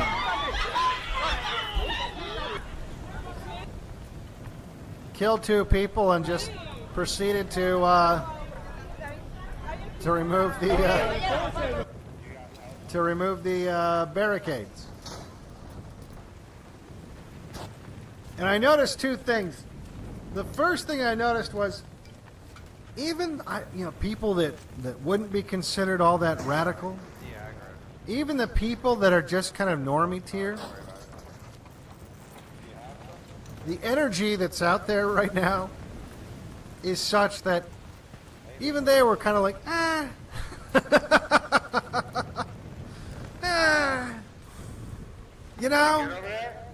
Yeah, I'm good. Just a couple years ago, you'd have outrage, right? You'd have a lot of the people that were more quote-unquote mainstream, that their take would be like, oh, well, look, I disagree with them too, but, violence is never the answer, and we shouldn't be doing that. And now, just a couple years later, and that's like the most condemnation I really saw, if you can call it that. That was the closest thing to condemnation that I saw was,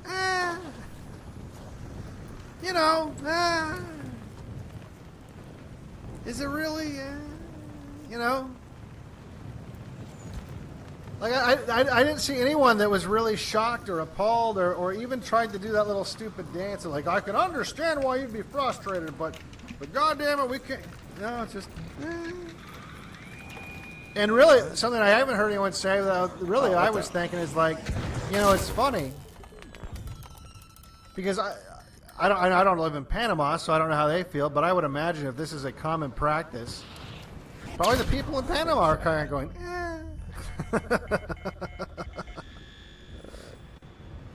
And all I could think of, you know,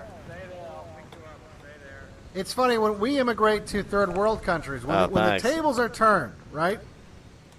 Stay there. And the freak moment, the very 1 out of a million times that violence occurs, it's actually helping out their country.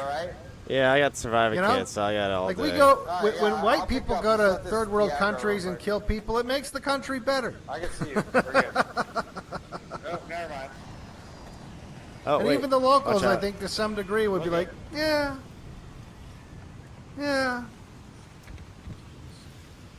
Possibly. Yeah, somebody shot at that thing from across the map, and I guess it saw you and just locked Yeah, on. so that's All right, I'll run the other That's all I way. really have to say about that. Yeah, I'm trying It's to an get old this story, around, but I too. just thought it was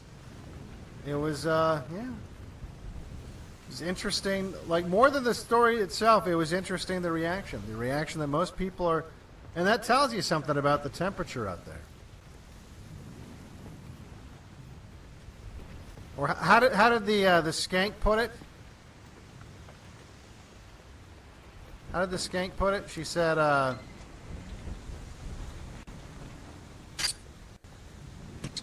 the fucking skank. Oh, the fucking skank.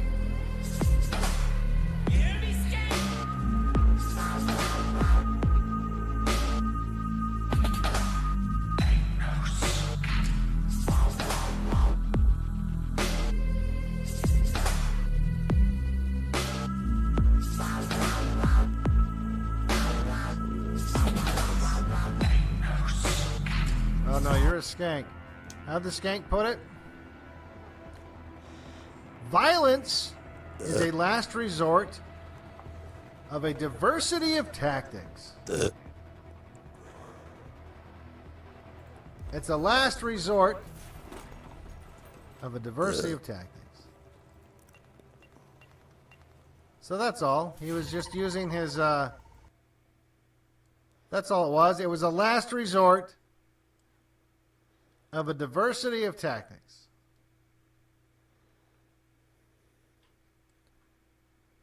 All right. So anyway, I found this interesting. A lot of comments when we talk about, what would World War III even look like? Would it look like the conventional wars that we're used to, the kinds of wars that are played 24 hours a day on the History Channel to convince you that World War II is a just and right war, and to make you think of the heroic sacrifice that the generations before you made in order to blow up the devil that was named Hitler and make the world safe for trannies and trans kids everywhere? Is it going to be one of those wars where you just have these death machines going around and destroying white people by the millions like a giant fucking meat grinder? Is that what it's going to be, or is it going to be more complicated than that? And not more complicated in this way that you see like the war footage of Ukraine where there's drones dropping grenades on people and stuff like that, but maybe even something more sinister, maybe something that might even be already happening, maybe something that's so effective in the same way that the SPLC and the ADL, the last thing they want is for you to notice them. They don't want you to notice them and perceive them as an enemy, because the second that you do, that you'll take the medication that cures you of their disease. Or I guess them as the disease. Maybe the most effective warfare is warfare where the opponent doesn't even know they're at war.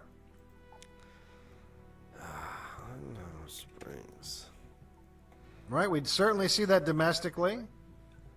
So how would that translate maybe in a more real, very real world scenario militarily?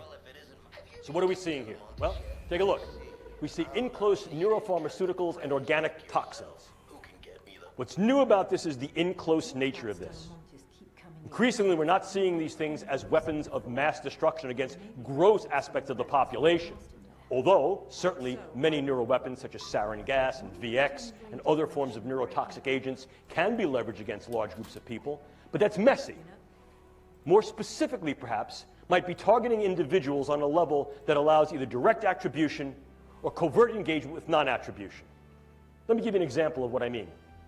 So this gentleman is the leader of some group, a political group, a social group, a combative group, and under the veil of a white flag, he and I are now to have some kind of a caucus, a meeting.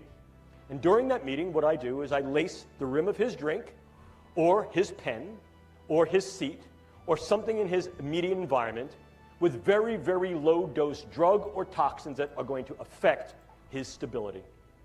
They may affect the way his brain works, and as a consequence of that, they can affect the functions of his brain, his thought patterns, his relative emotionality, and the behaviors that go along with that. One of two things might happen. He might be completely incapacitated as a consequence of this, or he may change his level of capacity and engagement so that he went into the meeting thinking, I hate this guy's my enemy. He walks out of the meeting going, I love this guy's great. Now what could happen? If in fact this is a gentleman who has charismatic, financial, elected, or dictatorial power, it may be that his followers will then follow him blindly. He came into the meeting as a leader of those followers who were bellicose, who were volatile, who were violent and aggressive. He comes out of the meeting and he tells them to change their behaviors, and they do. Or I could sever the trust. By now, he leaves this meeting, he's espousing a very different philosophical stance and orientation, and his followers no longer adhere to his precepts, his tenets, or his lead, and I fractured the relative arrangement of trust, engagement, capability that he fostered, leaving that population disrupted and vulnerable to intervention, to a coup d'etat, to a junta, to some type of insertive reassumption of leadership. You see how this can work? Furthermore, I can use this very tactically. Some of these agents allow me to assemble the agent on site and not have to stockpile it, which allows me to take the components of this agent into and out of a country relatively covertly, target a specific individual, change or eliminate that individual with very little attribution and trace, and be able to leave prior to any attribution. Think Novichok. Or I could assemble very small quantities of this that would then allow a specific intervention, characteristically in a place that would not allow such an intervention. Think of the use of a derivative of VX in an airport. But I could do more than that. I could also incur much broader type of ripple effects. And one of the ways I could also do that is with what's called high morbidity neuromicrobiologic agents. It's a real fancy way of saying neurobugs. But high morbidity neurobugs. I may not want to kill a lot of people. In fact, arguably, I may assume what is sometimes referred to as the Sailor-Malin mantra. For those of you who may be fans or students of military history, you may remember that Sailor-Malin, Wing Commander Sailor-Malin, was a South African who flew with the Royal Air Force during the Second World War. And he became well known during the Battle of Britain for shooting up German airplanes but letting them limp home, particularly bomber aircraft. And they would ask Sailor-Malin, oh, Wing Commander, why didn't you shoot that plane down? And his adage was simple. Better to have that plane return home with wounded crew who are spitting up their lungs, one dead crewman that they had to attend to and therefore divert their missional capability while in flight, than shoot them down. Because the psychological effect will be rippling and devastating. This is sometimes referred to as the Malin. What can I do? I can use a particular bug that I may be able to now modify through the use of gene editing technique that is ubiquitously available and fairly easy to use to take a bug that was previously relatively benign and non-pathogenic and make that bug virulent, pathogenic, dangerous. And then what could I do? I could introduce that bug in key sites. Des Moines, Seattle, Tampa, Newark, Houston. I'd get a few people sick. I'd do it on an airplane, do it at an airport, do it at a sporting event, do it on Black Friday. And then what I would do is I would take credit for that, but I'd want to make sure that at least part of the symptomatic constellation was not only neurological, it was profoundly psychological. Agitation, debilitation, sweating, stomach problems, sleeplessness, cardiac problems, things that are what we call top-down neurological in their effect, brain to body and body to brain in the bottom-up cascade. Then what I would do is I would get on the internet and I would put out over the internet, I did it. Oh yes, I'm that dangerous G group that you should all be afraid of. And in fact, this is far more ubiquitous than I let on. These are only the first cases. I've let these buggies go all over the country, and your early warning signs are agitation, anxiety, worry, sleeplessness, stomach problems, heart problems. What have I done? I've rippled the sheets of the worried well. At first blush, I get every hypochondriac running to their physician, but at second and third blush, I get those individuals who begin to become worried that they may have been exposed to this, that their children may have been exposed to this, that their loved ones, their kin, their kith may have been exposed to this. Of course, the physicians, the CDC, the Public Health Service comes back and says, no, that's not what's going on. But I get back on the internet and I say, oh, don't you listen to that. That's fake. That's false. Your government knows what's going on. They can't do anything about it, and they can't treat you. They're going to end up quarantining you. How many people would I need to affect? We modeled it. Somewhere between 12 and 240.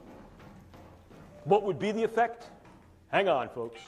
Within 41 to 45 days, we would crash the United States public health system. Crash it. In so doing, I render the United States infrastructure vulnerable, either there or elsewhere. See the ripple effect? See the disruptive effect? I can disrupt an individual from the level of their cell to their system, and disrupt individuals on a variety of levels, from individuals all the way up to the social fabric. And that social fabric may go even further. It may be geopolitical.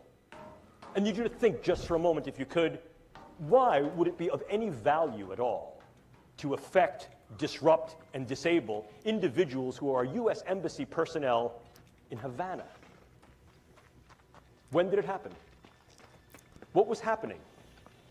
What would be the benefit in fracturing a growing economic, political, and social trust in that part of the world?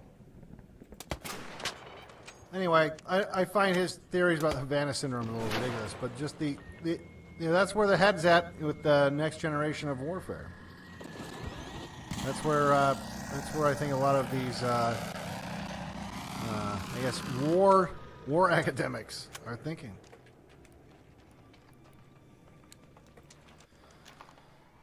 And yes, there's people in the chat talking about COVID. I think COVID might have been a bioweapon that got out.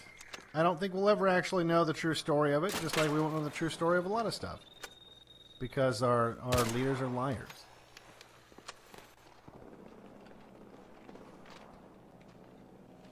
Also in the news, Bill Maher. Bill Maher celebrating, just like the SPLC, I suppose, white genocide. But in 1984, I remember walking around London like it was all white. It was all white. But you go outside of London now, but now it's totally changed. It went from, I read this in Andrew Sullivan's column, it went from, in 50 years, it went from 86% white to 36% white. Now, and that's a good thing. London went from 86% white to 36% white. That's insane. this is not a complaint. See, if we were conservatives, this would be like a lament.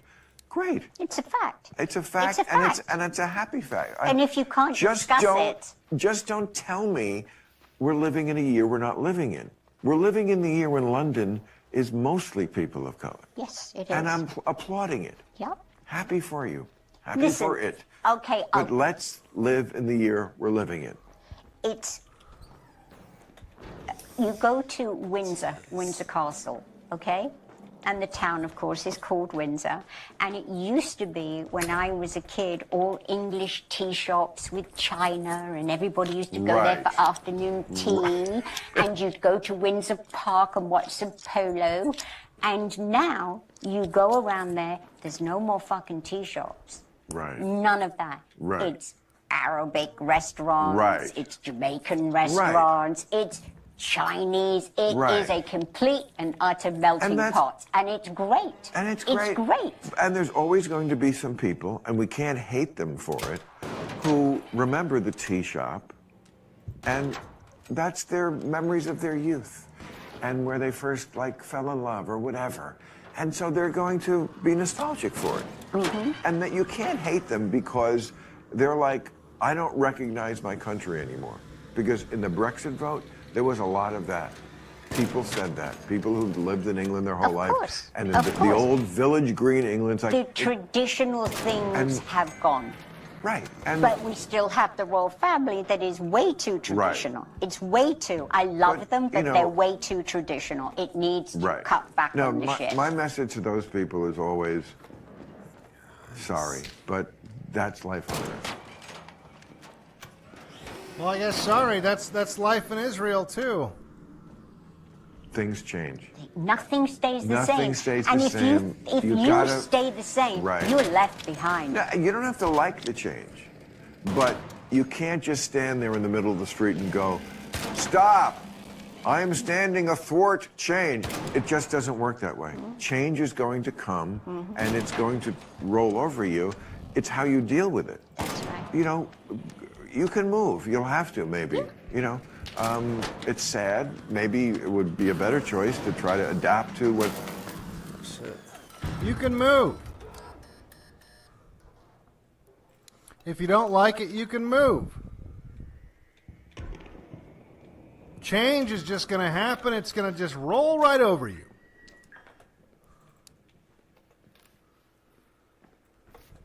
See, this is why groups like the SPLC don't want you to see them as the enemy. Because you could change it. You could stop it. Change doesn't just go in one direction.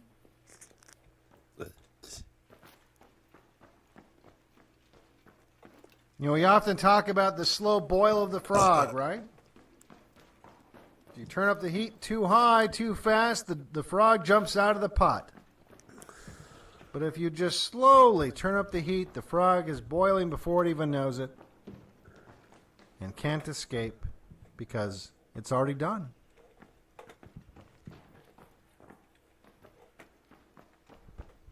That's why they want to shut people like me down. Because they know that's exactly how they made things change. That's the only way they get things to change.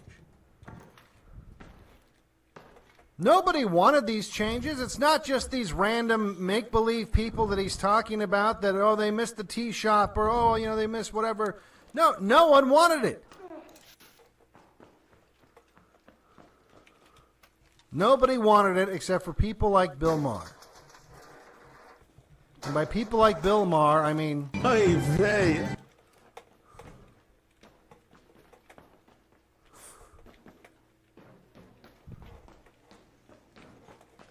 Those are the only people that wanted these kinds of change.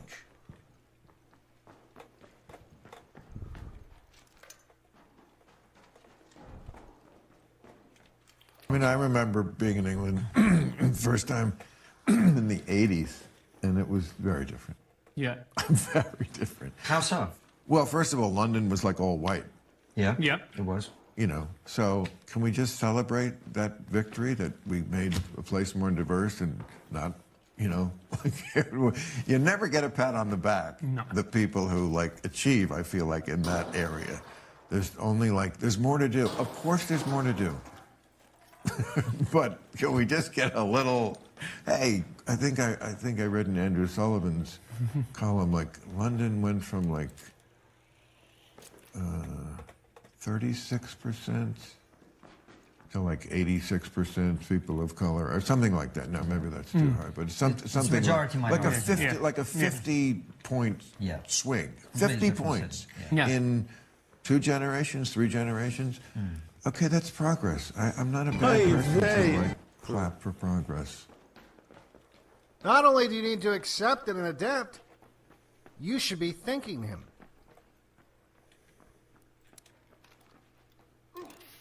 You should be kissing his ass for these wonderful changes that have taken place in your country. Unless, of course, those people are anti-Semitic, in which case we need to deport them all.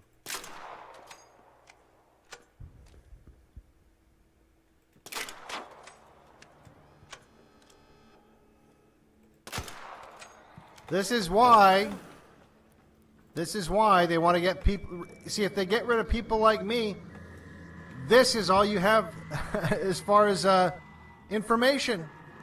Shows like that.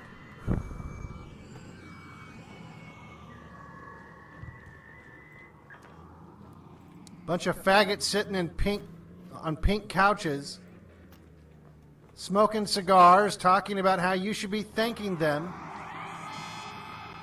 for demographically displacing and destroying your country.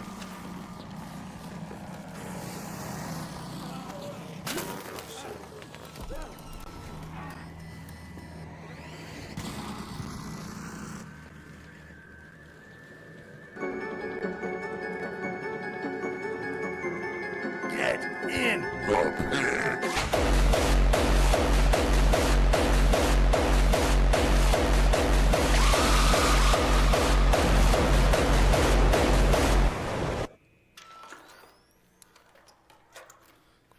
They just don't know. You see, more people need to learn about the pit.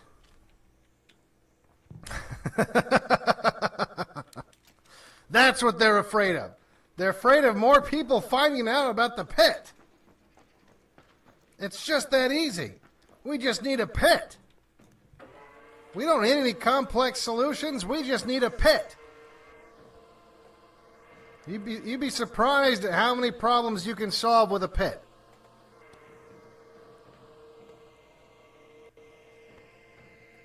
A shocking number of our problems can just be wiped away with a pit.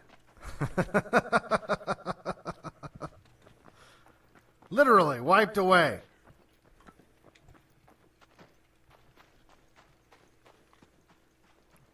We got lots of pits already. We got the Grand Canyon would fit a lot of problems in it. It's a big pit. I don't know if you guys have been to the Grand Canyon. It's a really big pit. And it's already dug for us. We don't have to do anything. Almost as if God was like, hey guys, here's a pit.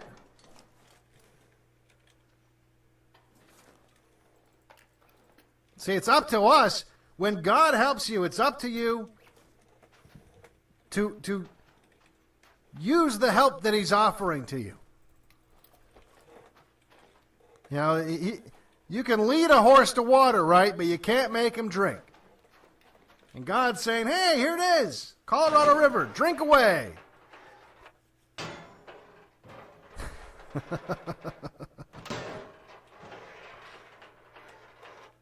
Oh, man.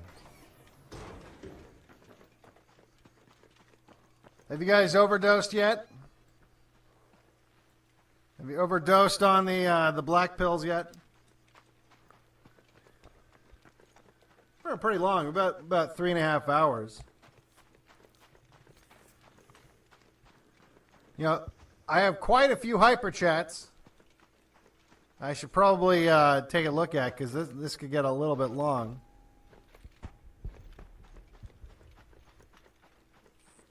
Hope everyone in Rumble over there. Welcome to the show if you're new to the show.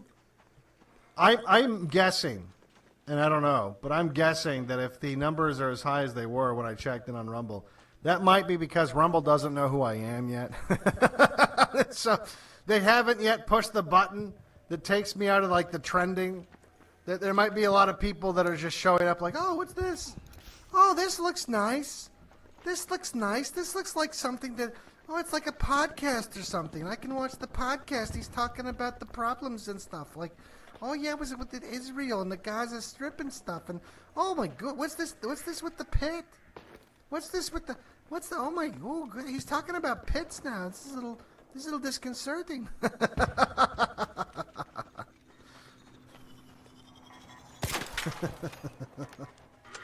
I don't know. We'll see, right? I guess we'll see.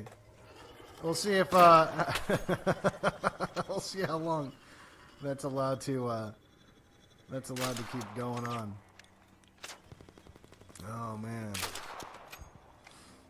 All right. Well, let's take a look. Are you looking for the surveyors? I'll tell you what. I gotta tell you, much the disappointment of many. Just because for right now, until we get this all figured out, I'm sorry, hyper chatters. We're gonna have to go a little soft.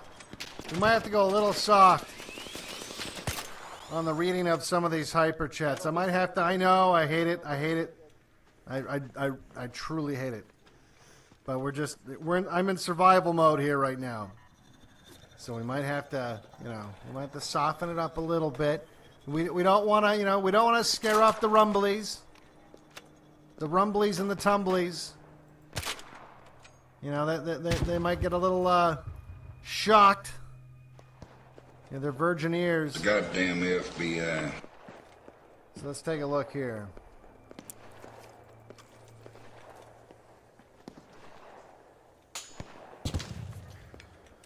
Oh boy.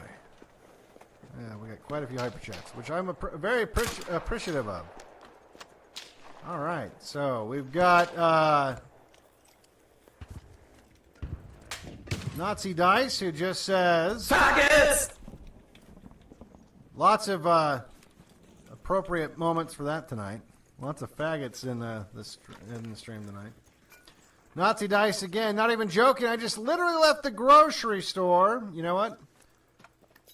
It might be necessary. I know I just said that we got to break in the rumblies a little bit. Ease them into the well, it's not really an insomnia stream, it's the overdose stream. For right now, we'll go back to the insomnia stream. We might have to ease them into it. They don't quite understand all of our little things, like, for example... Grocery store!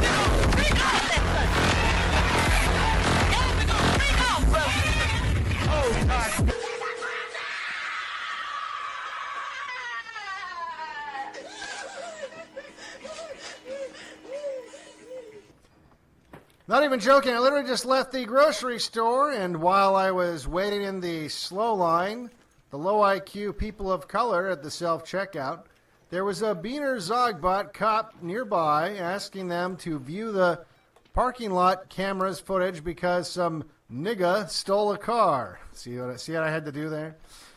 Diversity is our strength, Goy. Well, I appreciate that. Nazi Dice. Shambolix or Shambolix? Something?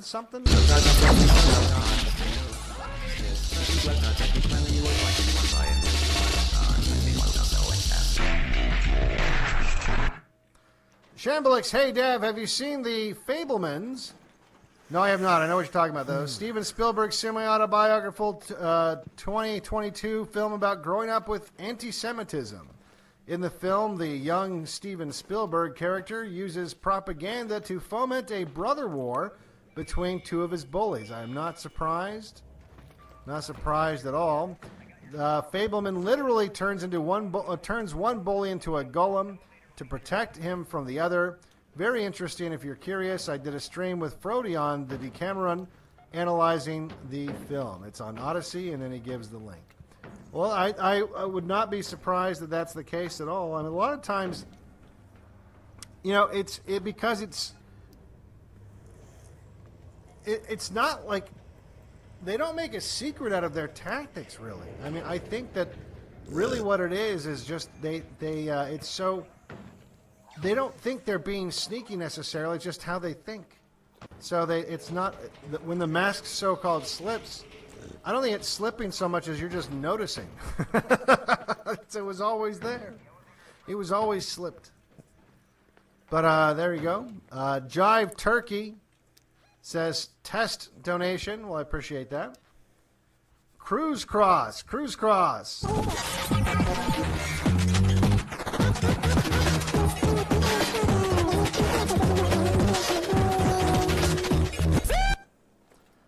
Cross says, thanks, King. Well, I appreciate that. Gable Lackman, just a test. Too late. Don't read this aloud. Well, I'll do what I want.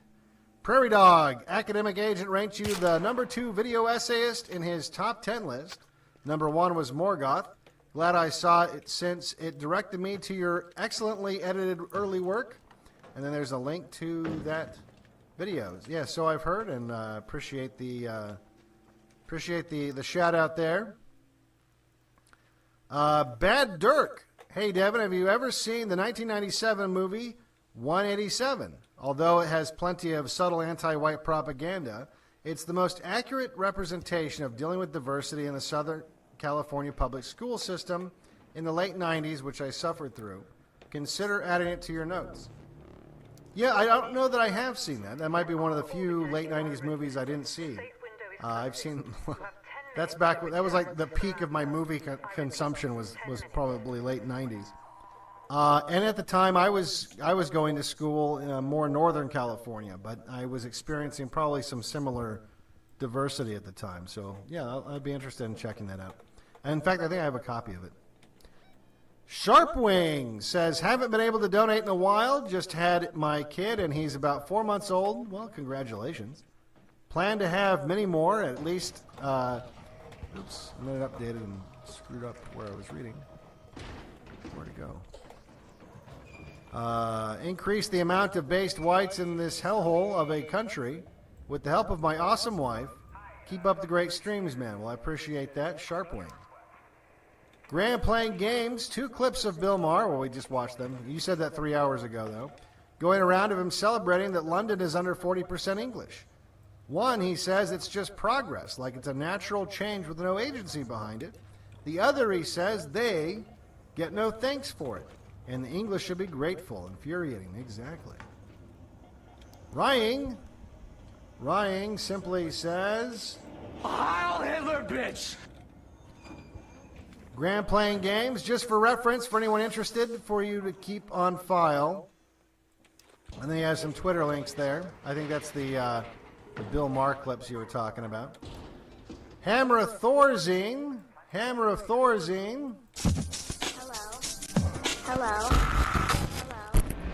Hello. I don't know if you know, but John B. Wells, ex-Coast host, but he has a national radio show and used to be a Q boomer early on. Now he's against the Q-tards and has been openly naming the Jew on the air. Really? That's interesting. He recently had someone on for 2 hours to explain how the Holocaust was a lie. Just an example that there is hope. Yeah, I'll tell you, it's certainly not the taboo that it once was.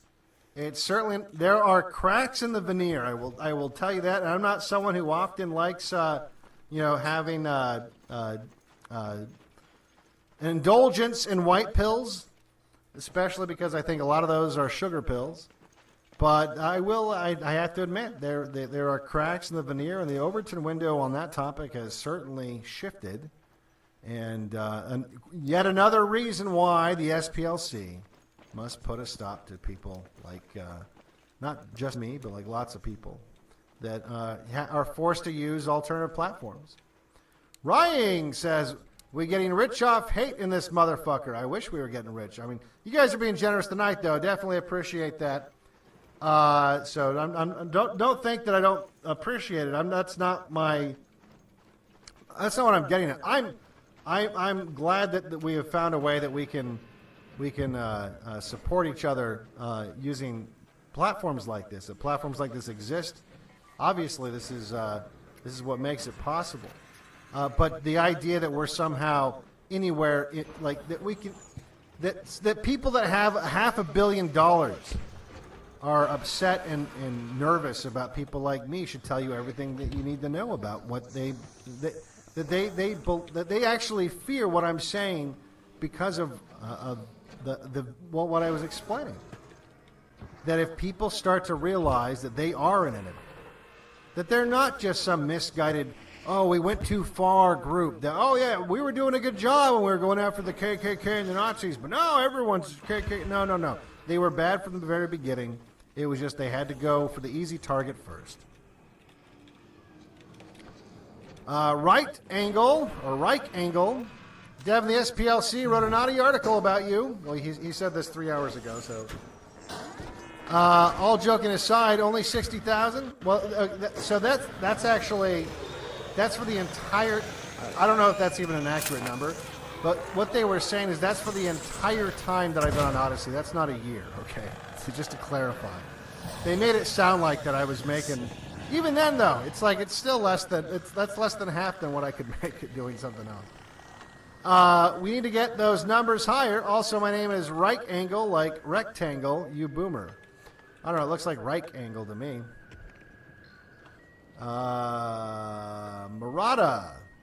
Murata, hey dudes, you've often spoke of Molyneux videos which woke you up to the truth of racial IQ. For those of you who haven't seen it, here's a link to the entire series. And then he's got a link there to freedomain.com/interview category /17-expert, I guess. But yeah, if it's what I'm thinking of, it is. I mean, look, for all his faults, he did a good job in making a very reasonable case and a rational case for, I guess, someone who's maybe just barely dipping their toe into the science behind racial differences and what that means on a biological level when it comes to IQ, and in separating people from the boomer myth that race is skin deep. Homeland, Part 1. About 10 years ago, I attended a Pentecostal eschatology conference where a rabbi was speaking. The crowd was mostly boomers, completely sucked in by the Jew, or by this Jew. I wavered between hostile towards the tribe to slightly pro-Israel. Then he brought up the Liberty attack.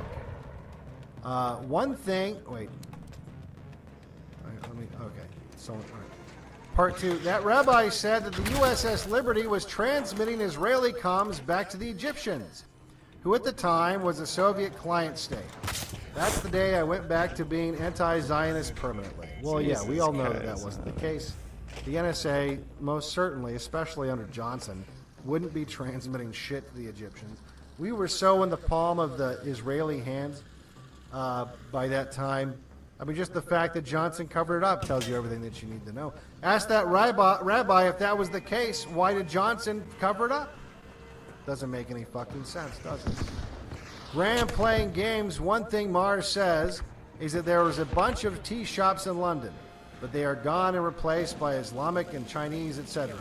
And that this is such a good thing. How would he feel if Jewish things in Israel were replaced with English tea shops and German restaurants and Jews were 35% of Israel? Oh, you're not allowed to ask stuff like that. Not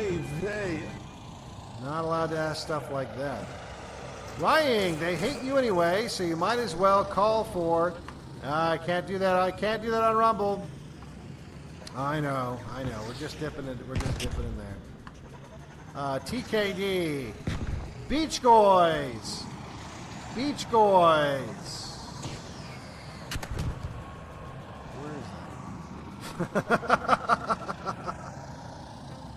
Boys with the big dick money. Money is power. Money is the only weapon that the Jew has to defend himself with. Look how Jewy this fag is.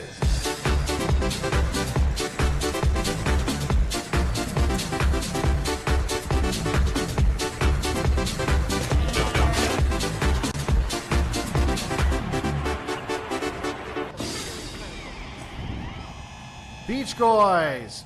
For my favorite far-right extremist, you deserve a raise. Well, I appreciate that, Beach Boys. And, I guess strike while the iron's hot, right? We don't know how much longer we'll even be able to do this.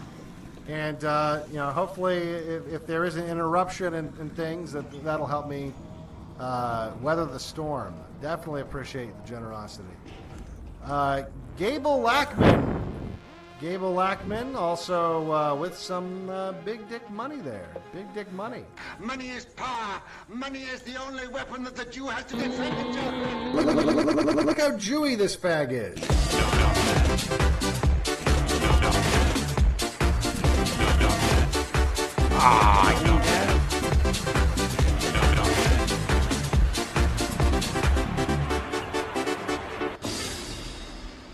All right, Gable Lackman. Hey, Dev, just catching up on what I owe you for hundreds of hours of free content over the years. SPLC Skank, if you are reading this, comment, stay mad. Yeah, fuck that bitch. Fuck that fucking childless skank. Who probably ruined her ovaries by having too many abortions. But oddly, I'm also kind of thankful for her.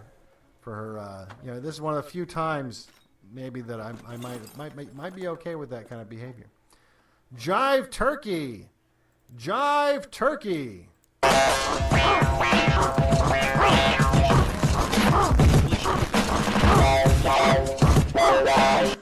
Jive Turkey says mega donors. That's right, we got mega donors. Don't worry, they're going to draw out a hate map. Watch out for the Skanks hate map. Ryan is cool. Ryan is cool.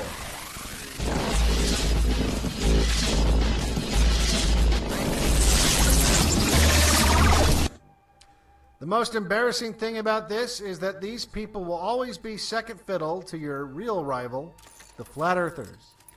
This is true. The Flat Earthers actually annoy me more than the SPLC. And in many ways are more damaging, quite frankly. Because they're getting in the way of exactly the thing that the SPLC is afraid of me doing. And that's waking up people up to reality. So, yeah, it is what it is, right? J. Ray, 1981. Oh, we might get through all the gorillas. Good gorilla. Good gorilla. These fuckers get 100,000 plus salary for doing nothing. Meanwhile, someone like me is building the office they sit in. So sickening, they won't stop us. We are everywhere.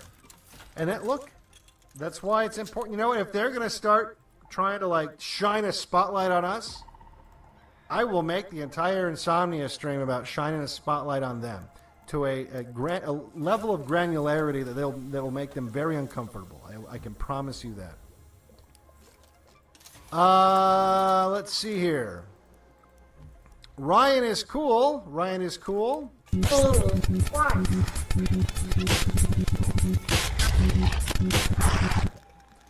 And if this bitch is listening, go ahead and put me on the list. I'd be more upset if I wasn't already on it.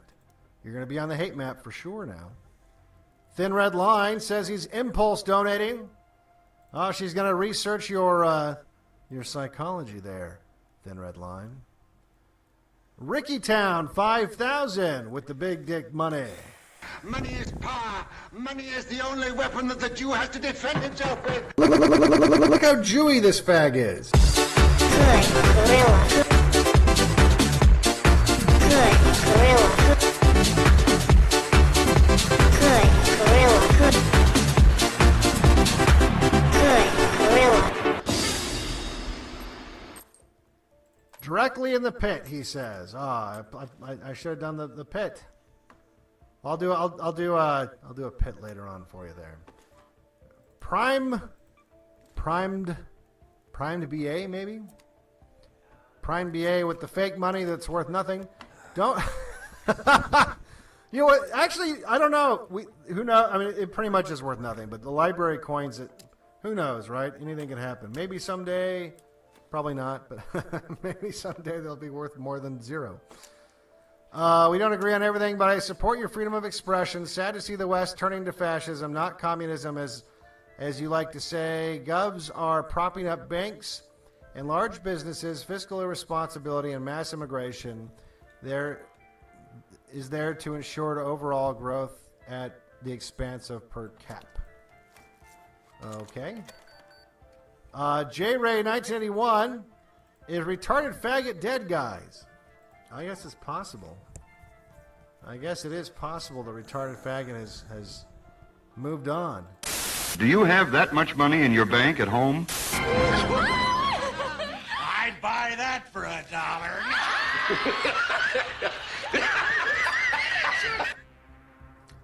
But I hope not. Riddle of Steel.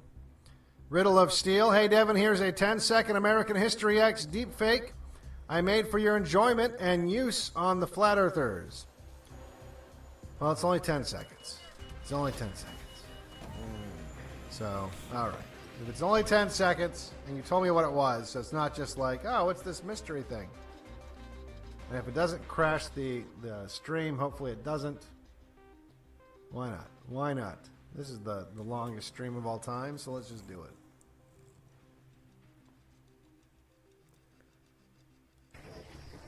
Curtis, what is that? Oh, come on, Derek. Flat Earth is for niggers. Put that away right now.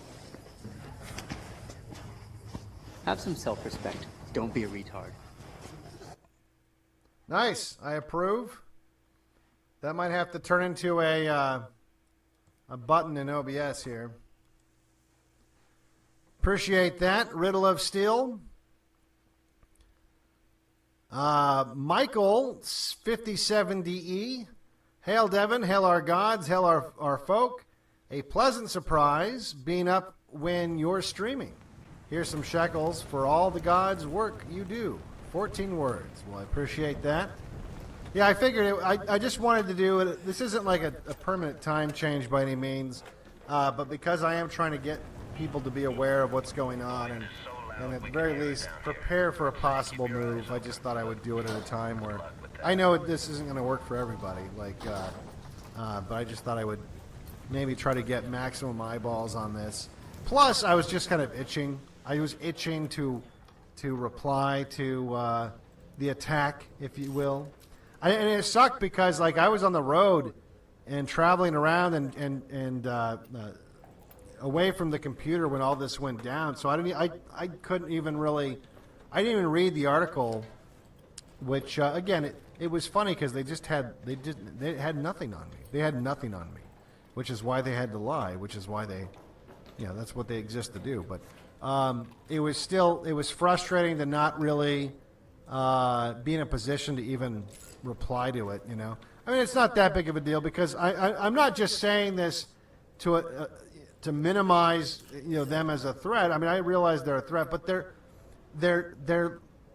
not what they used to be. They're not what they used to be.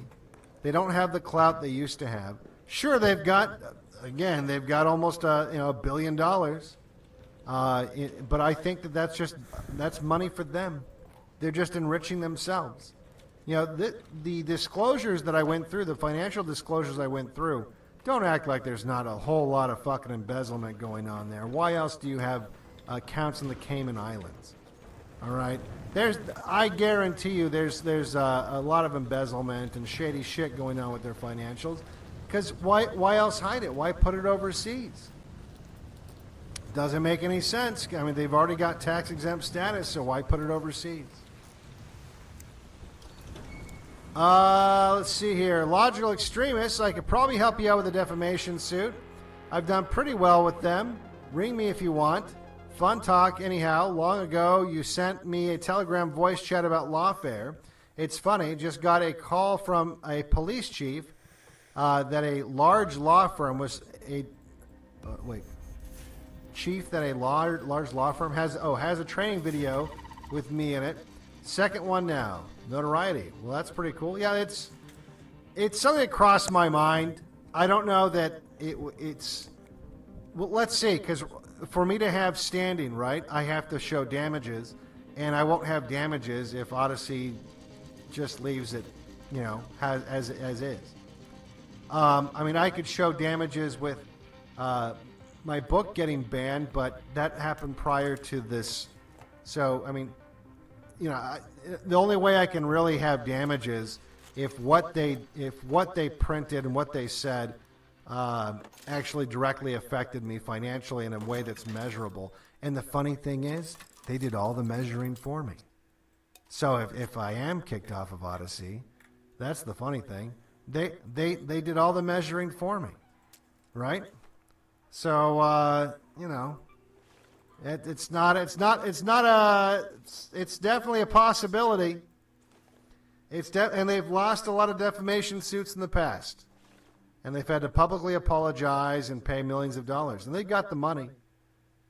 So it's not an impossible thing, and it's not totally off the table. But we have to wait and see if there's any kind of repercussions here.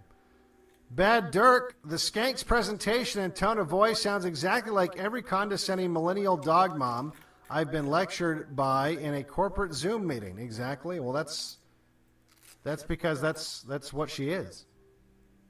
And I actually think you have it backwards. I think her mom was probably a dog.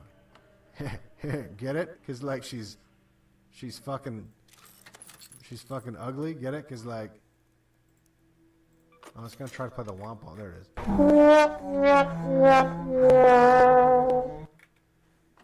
I wish you could color code these things. Instead of having to read this infinite list of videos I got queued up here.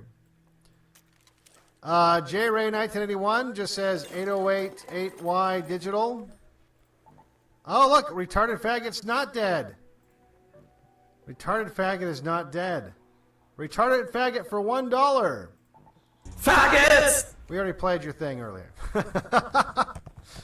With Odyssey being sold in an auction, whoever buys this site's not going to have good intentions. Nick Fuentes is still inviting people onto Cozy, and you can contact Autumn Groiper on Twitter. Maybe you can think about getting that port in the storm you mentioned earlier. Yeah, I mean, that's one possibility. That's one possibility. You know, like I said, I'm not worried if it'll be disruptive. Obviously, it'll be disruptive. But I'm nimble and smart, and they're not. And so, if they clumsily, you know, get a win here, it'll be a very temporary one. That really will be kind of. It won't interrupt the streaming schedule. I'll be somewhere, you know. Whether it's whether we have as many lives or not is another thing, but we'll build it back up. It's not a problem. Night Nation Review, she is concerned that white men might have an opinion. This is not allowed to this type of anti-white scum. Their entire career is about silencing white men, muffling the screams as they destroy our race, civilization, and future. And that's the truth. That is the truth. I think a lot of these people, I mean, come on, face it. There's no possible way, there's just no possible way you look like that and you don't have, like, well, you don't have a horrific experience with men growing up. You know, let's just say you certainly weren't the first pick at prom, right? You probably spent homecoming by yourself at home, watching Daria or something, right? Like, there's no possible way she doesn't have some pent-up anger issues when it comes to men. Okay, well, I think we all got that. There's no possible way this woman is a happy person. Potato Mutt. Hey, Devin, just an FYI, the hyphenated last name thing is actually rooted in a really old school Catholic practice where you would hyphenate the last names of your children born out of wedlock to include both the mother's and the father's last name. Okay, well, so I guess it's a bastard last name, but it's still a cock last name. Hyphenated last names that's just fucking gay. But yeah, I mean, I don't know if that makes it any better or worse, really, that it's a bastard's last name, or last name, or naming convention, really.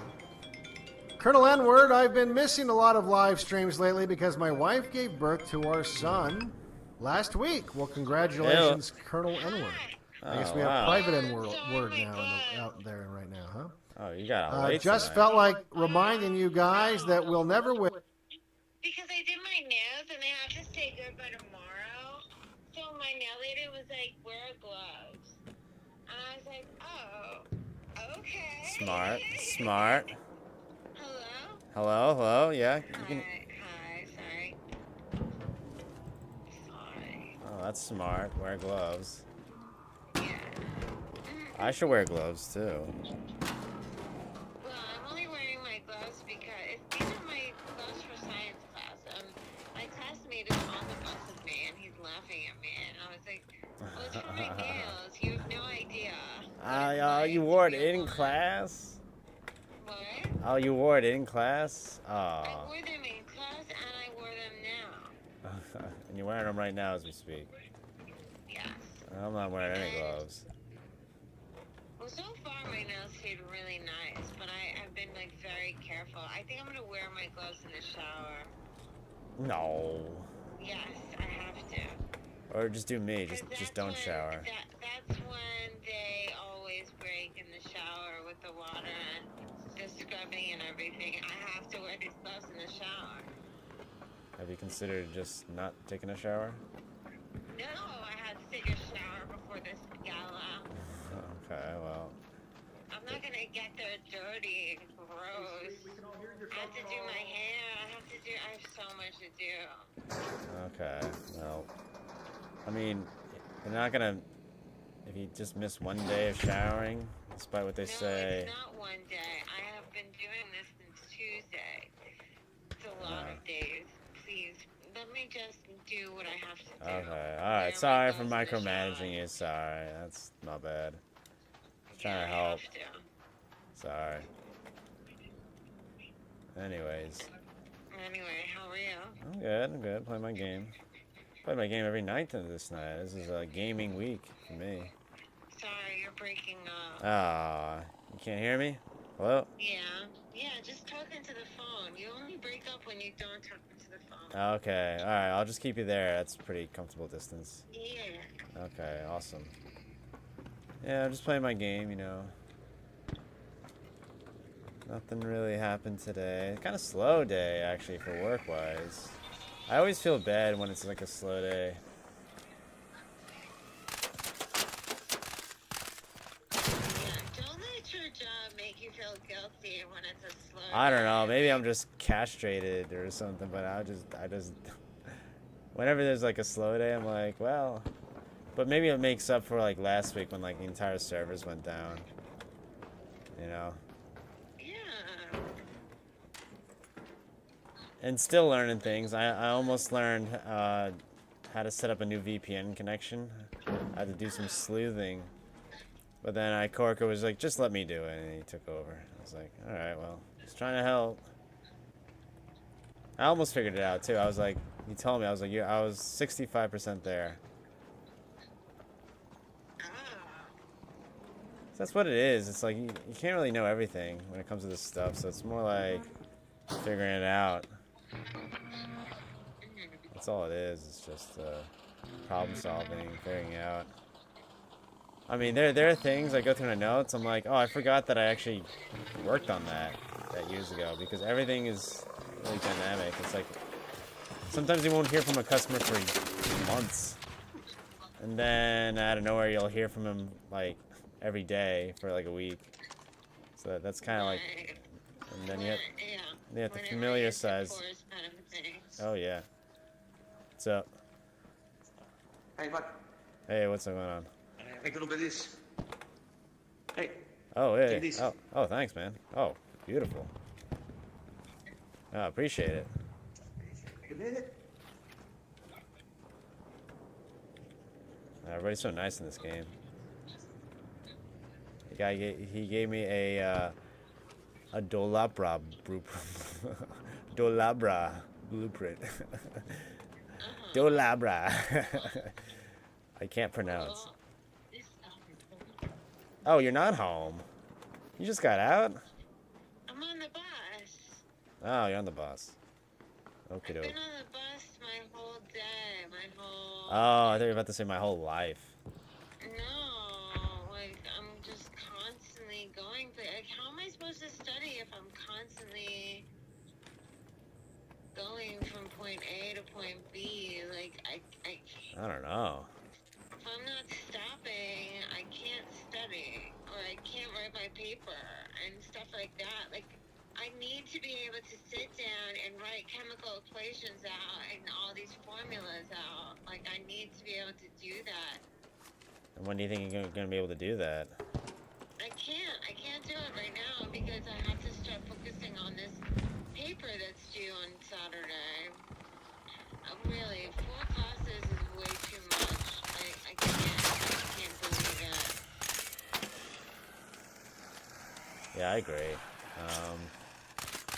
But I told him that at the beginning. I was like, to my advisor, I was like, yeah, but this is too many classes. And she's like, well, you need them. It's like, yeah, but I don't need It's not them a all speed in one run. semester. I think what we need to do, because you got so much going on, is just reduce the amount of classes. Even if it takes longer, who cares? Honey, I only have 1 more class for the rest of the year. I'm only taking science for the rest of the year. Oh, okay. Well, there you go. But I'm just getting through this year. Yeah. semester. Which, The end of the semester, which is May. just insane. And then now I have to go to Tunisia. You don't have to, but I think you want to. But yeah, I agree. I feel like you have to now because now CC is dragging you with her. You know, which is cool. I mean, Tunisia it's like an adventure. Something we can talk about. And who knows, maybe I'll have a fun time.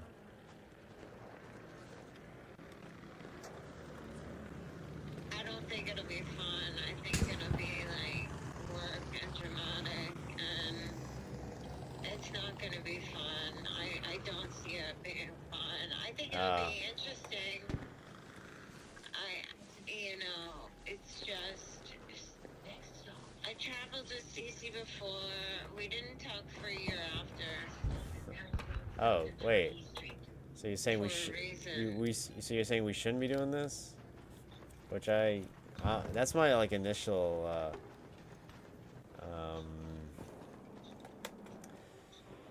Well, gut you're the wrench. man. You're supposed to put your foot down, but since we're Foot down. Well, that's not how I roll. I'm go with the flow type of guy. I mean, it could be fun. The only thing is I have to take a week off. But, you know, it is June. I do have 15 days to take off, so it's not impossible. yeah. But, yeah. I mean, it's one thing to travel to, like, the United States. It's another thing to travel to Tunisia. Right. But didn't you sign a contract? I didn't sign it yet. No, you didn't sign it. Okay. Good night, Mom. Yeah. Where does Tom sleep? I'm right here. Where does Tom sleep? I'm right here. I am the other Tom. No, there's another Tom. No, just me. Just you? Alright, okay. Alright, good night. You have to get a picture of you when you were a kid. Yeah, I should have. I was thinking of doing that. You have to. I know I have to. You should have this week. I know that you guys have pictures somewhere. Yeah, I have a picture. I'll let me worry about that. I'll get it later.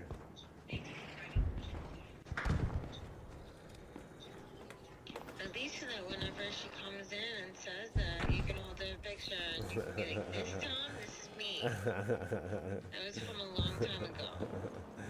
30 years to be exact. 28 years. 20-something years. Baby. Alright, so what do you think? Is the Tunisia thing too much then? Like, I feel like I have to.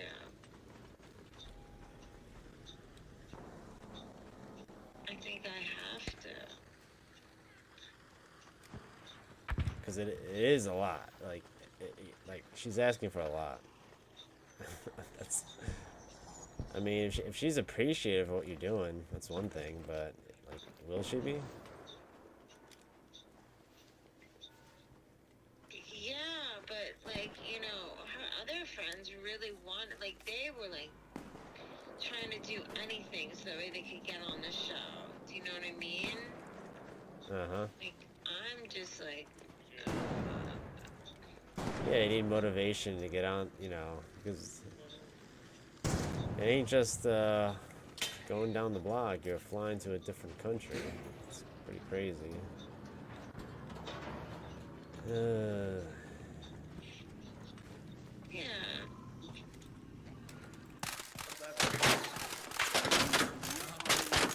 Right here. I'm right here. You have to show her your picture, honey. I don't have a picture handy.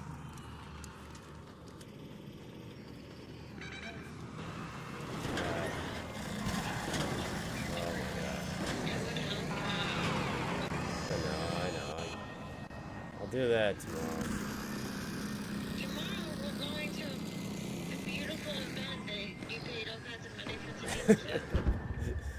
Oh, don't remind me.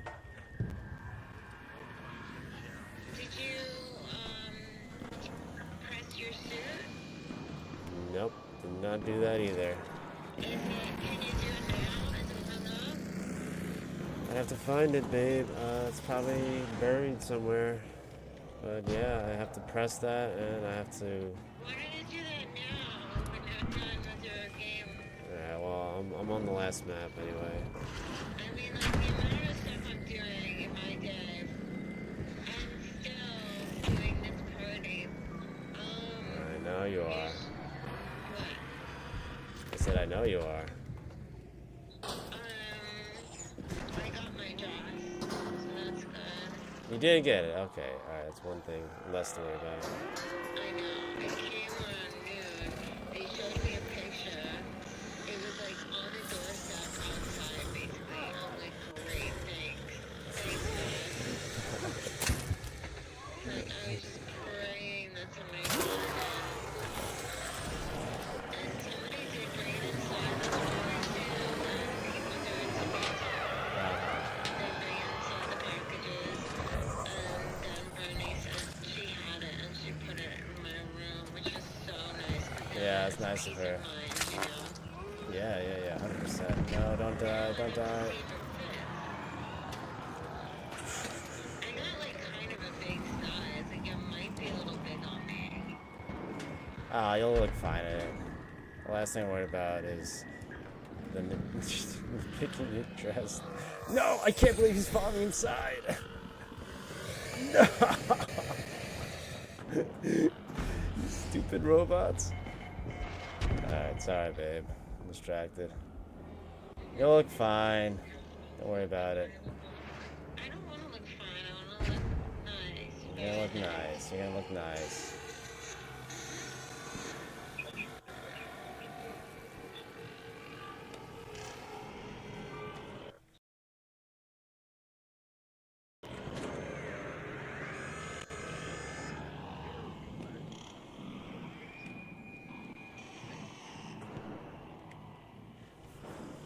I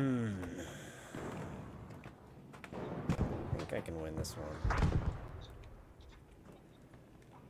What? Oh, no, nothing. Just talking to myself. Yeah, it's gonna be. We're gonna be having a fun time, and I can't believe Paul's we're gonna see Paul there too. So that'll be super cool to see him. Oh, I was supposed to see who he's bringing. Because I wanted to know.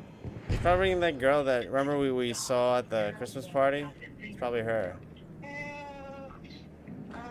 You're bringing. I guess I don't have to ask him. Do you want to ask him? I don't know. I kind of want to be pleasantly surprised. I think it's a chick from the Christmas party. Yeah. If I had to guess.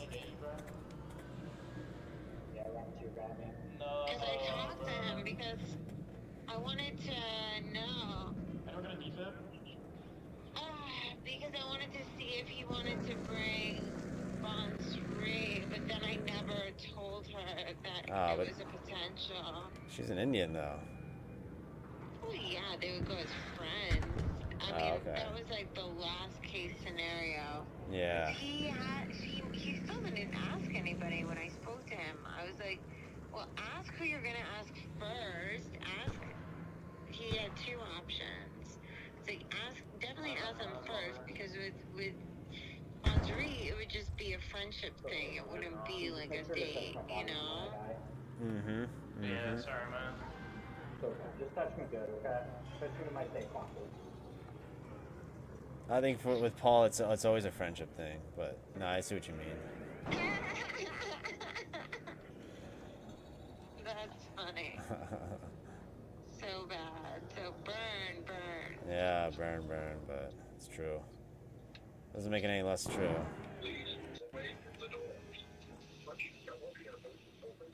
I don't think I'm gonna make this. This is gonna be tight. What? I have 60 meters to crawl in 60 seconds. Can I do it?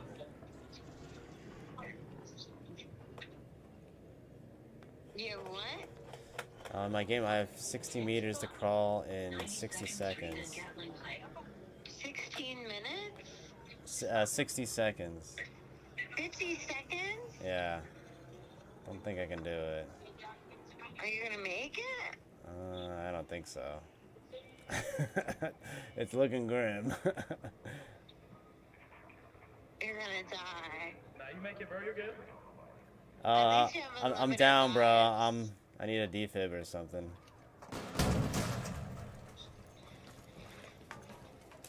I got you, bro. It's your lucky day. You're the man. Oh, thanks, bro. Oh, somebody defib. Yeah, I'm up. All right. So now you can go to extraction. Yeah. Hell yeah. The safe window is closing. 10 minutes to get out of there. I repeat, 10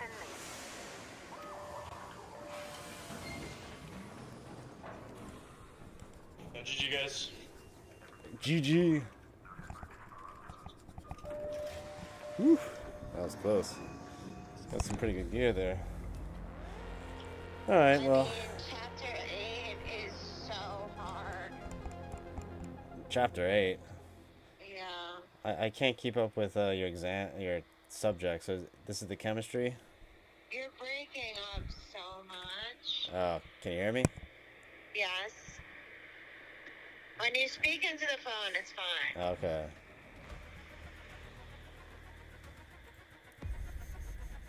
Yeah. Successor matrix. Interesting. Alright, well that's cool. Alright, well, at least I got the Dolobra. Whatever that is. What? Just don't worry about it, just an item in this game. Oh. Alright, I guess I'll turn off the stream. 0 viewers, yes. I'd like to thank all my wonderful live viewers for tonight's stream. Thank you for all the donations. All 0 of them. What? Did you reach the extraction point? I did, yeah. How'd you know that? Alright, perfect. Now it's time for you to find your suit and iron it. Okay. You're in between. You don't have time. Just go do it. Nah. Usually when I stop playing, that's it. So that's it for the night. I don't like coming back to things. Oh, okay. That's crazy. You can just go and come back to it. No, because it's 10:30 anyway, you know, and I got some other things I gotta do. Alright, let's see what we can... Maybe when you're looking for your suit, you'll find a picture of yourself. From when you were a kid. I think we have one somewhere.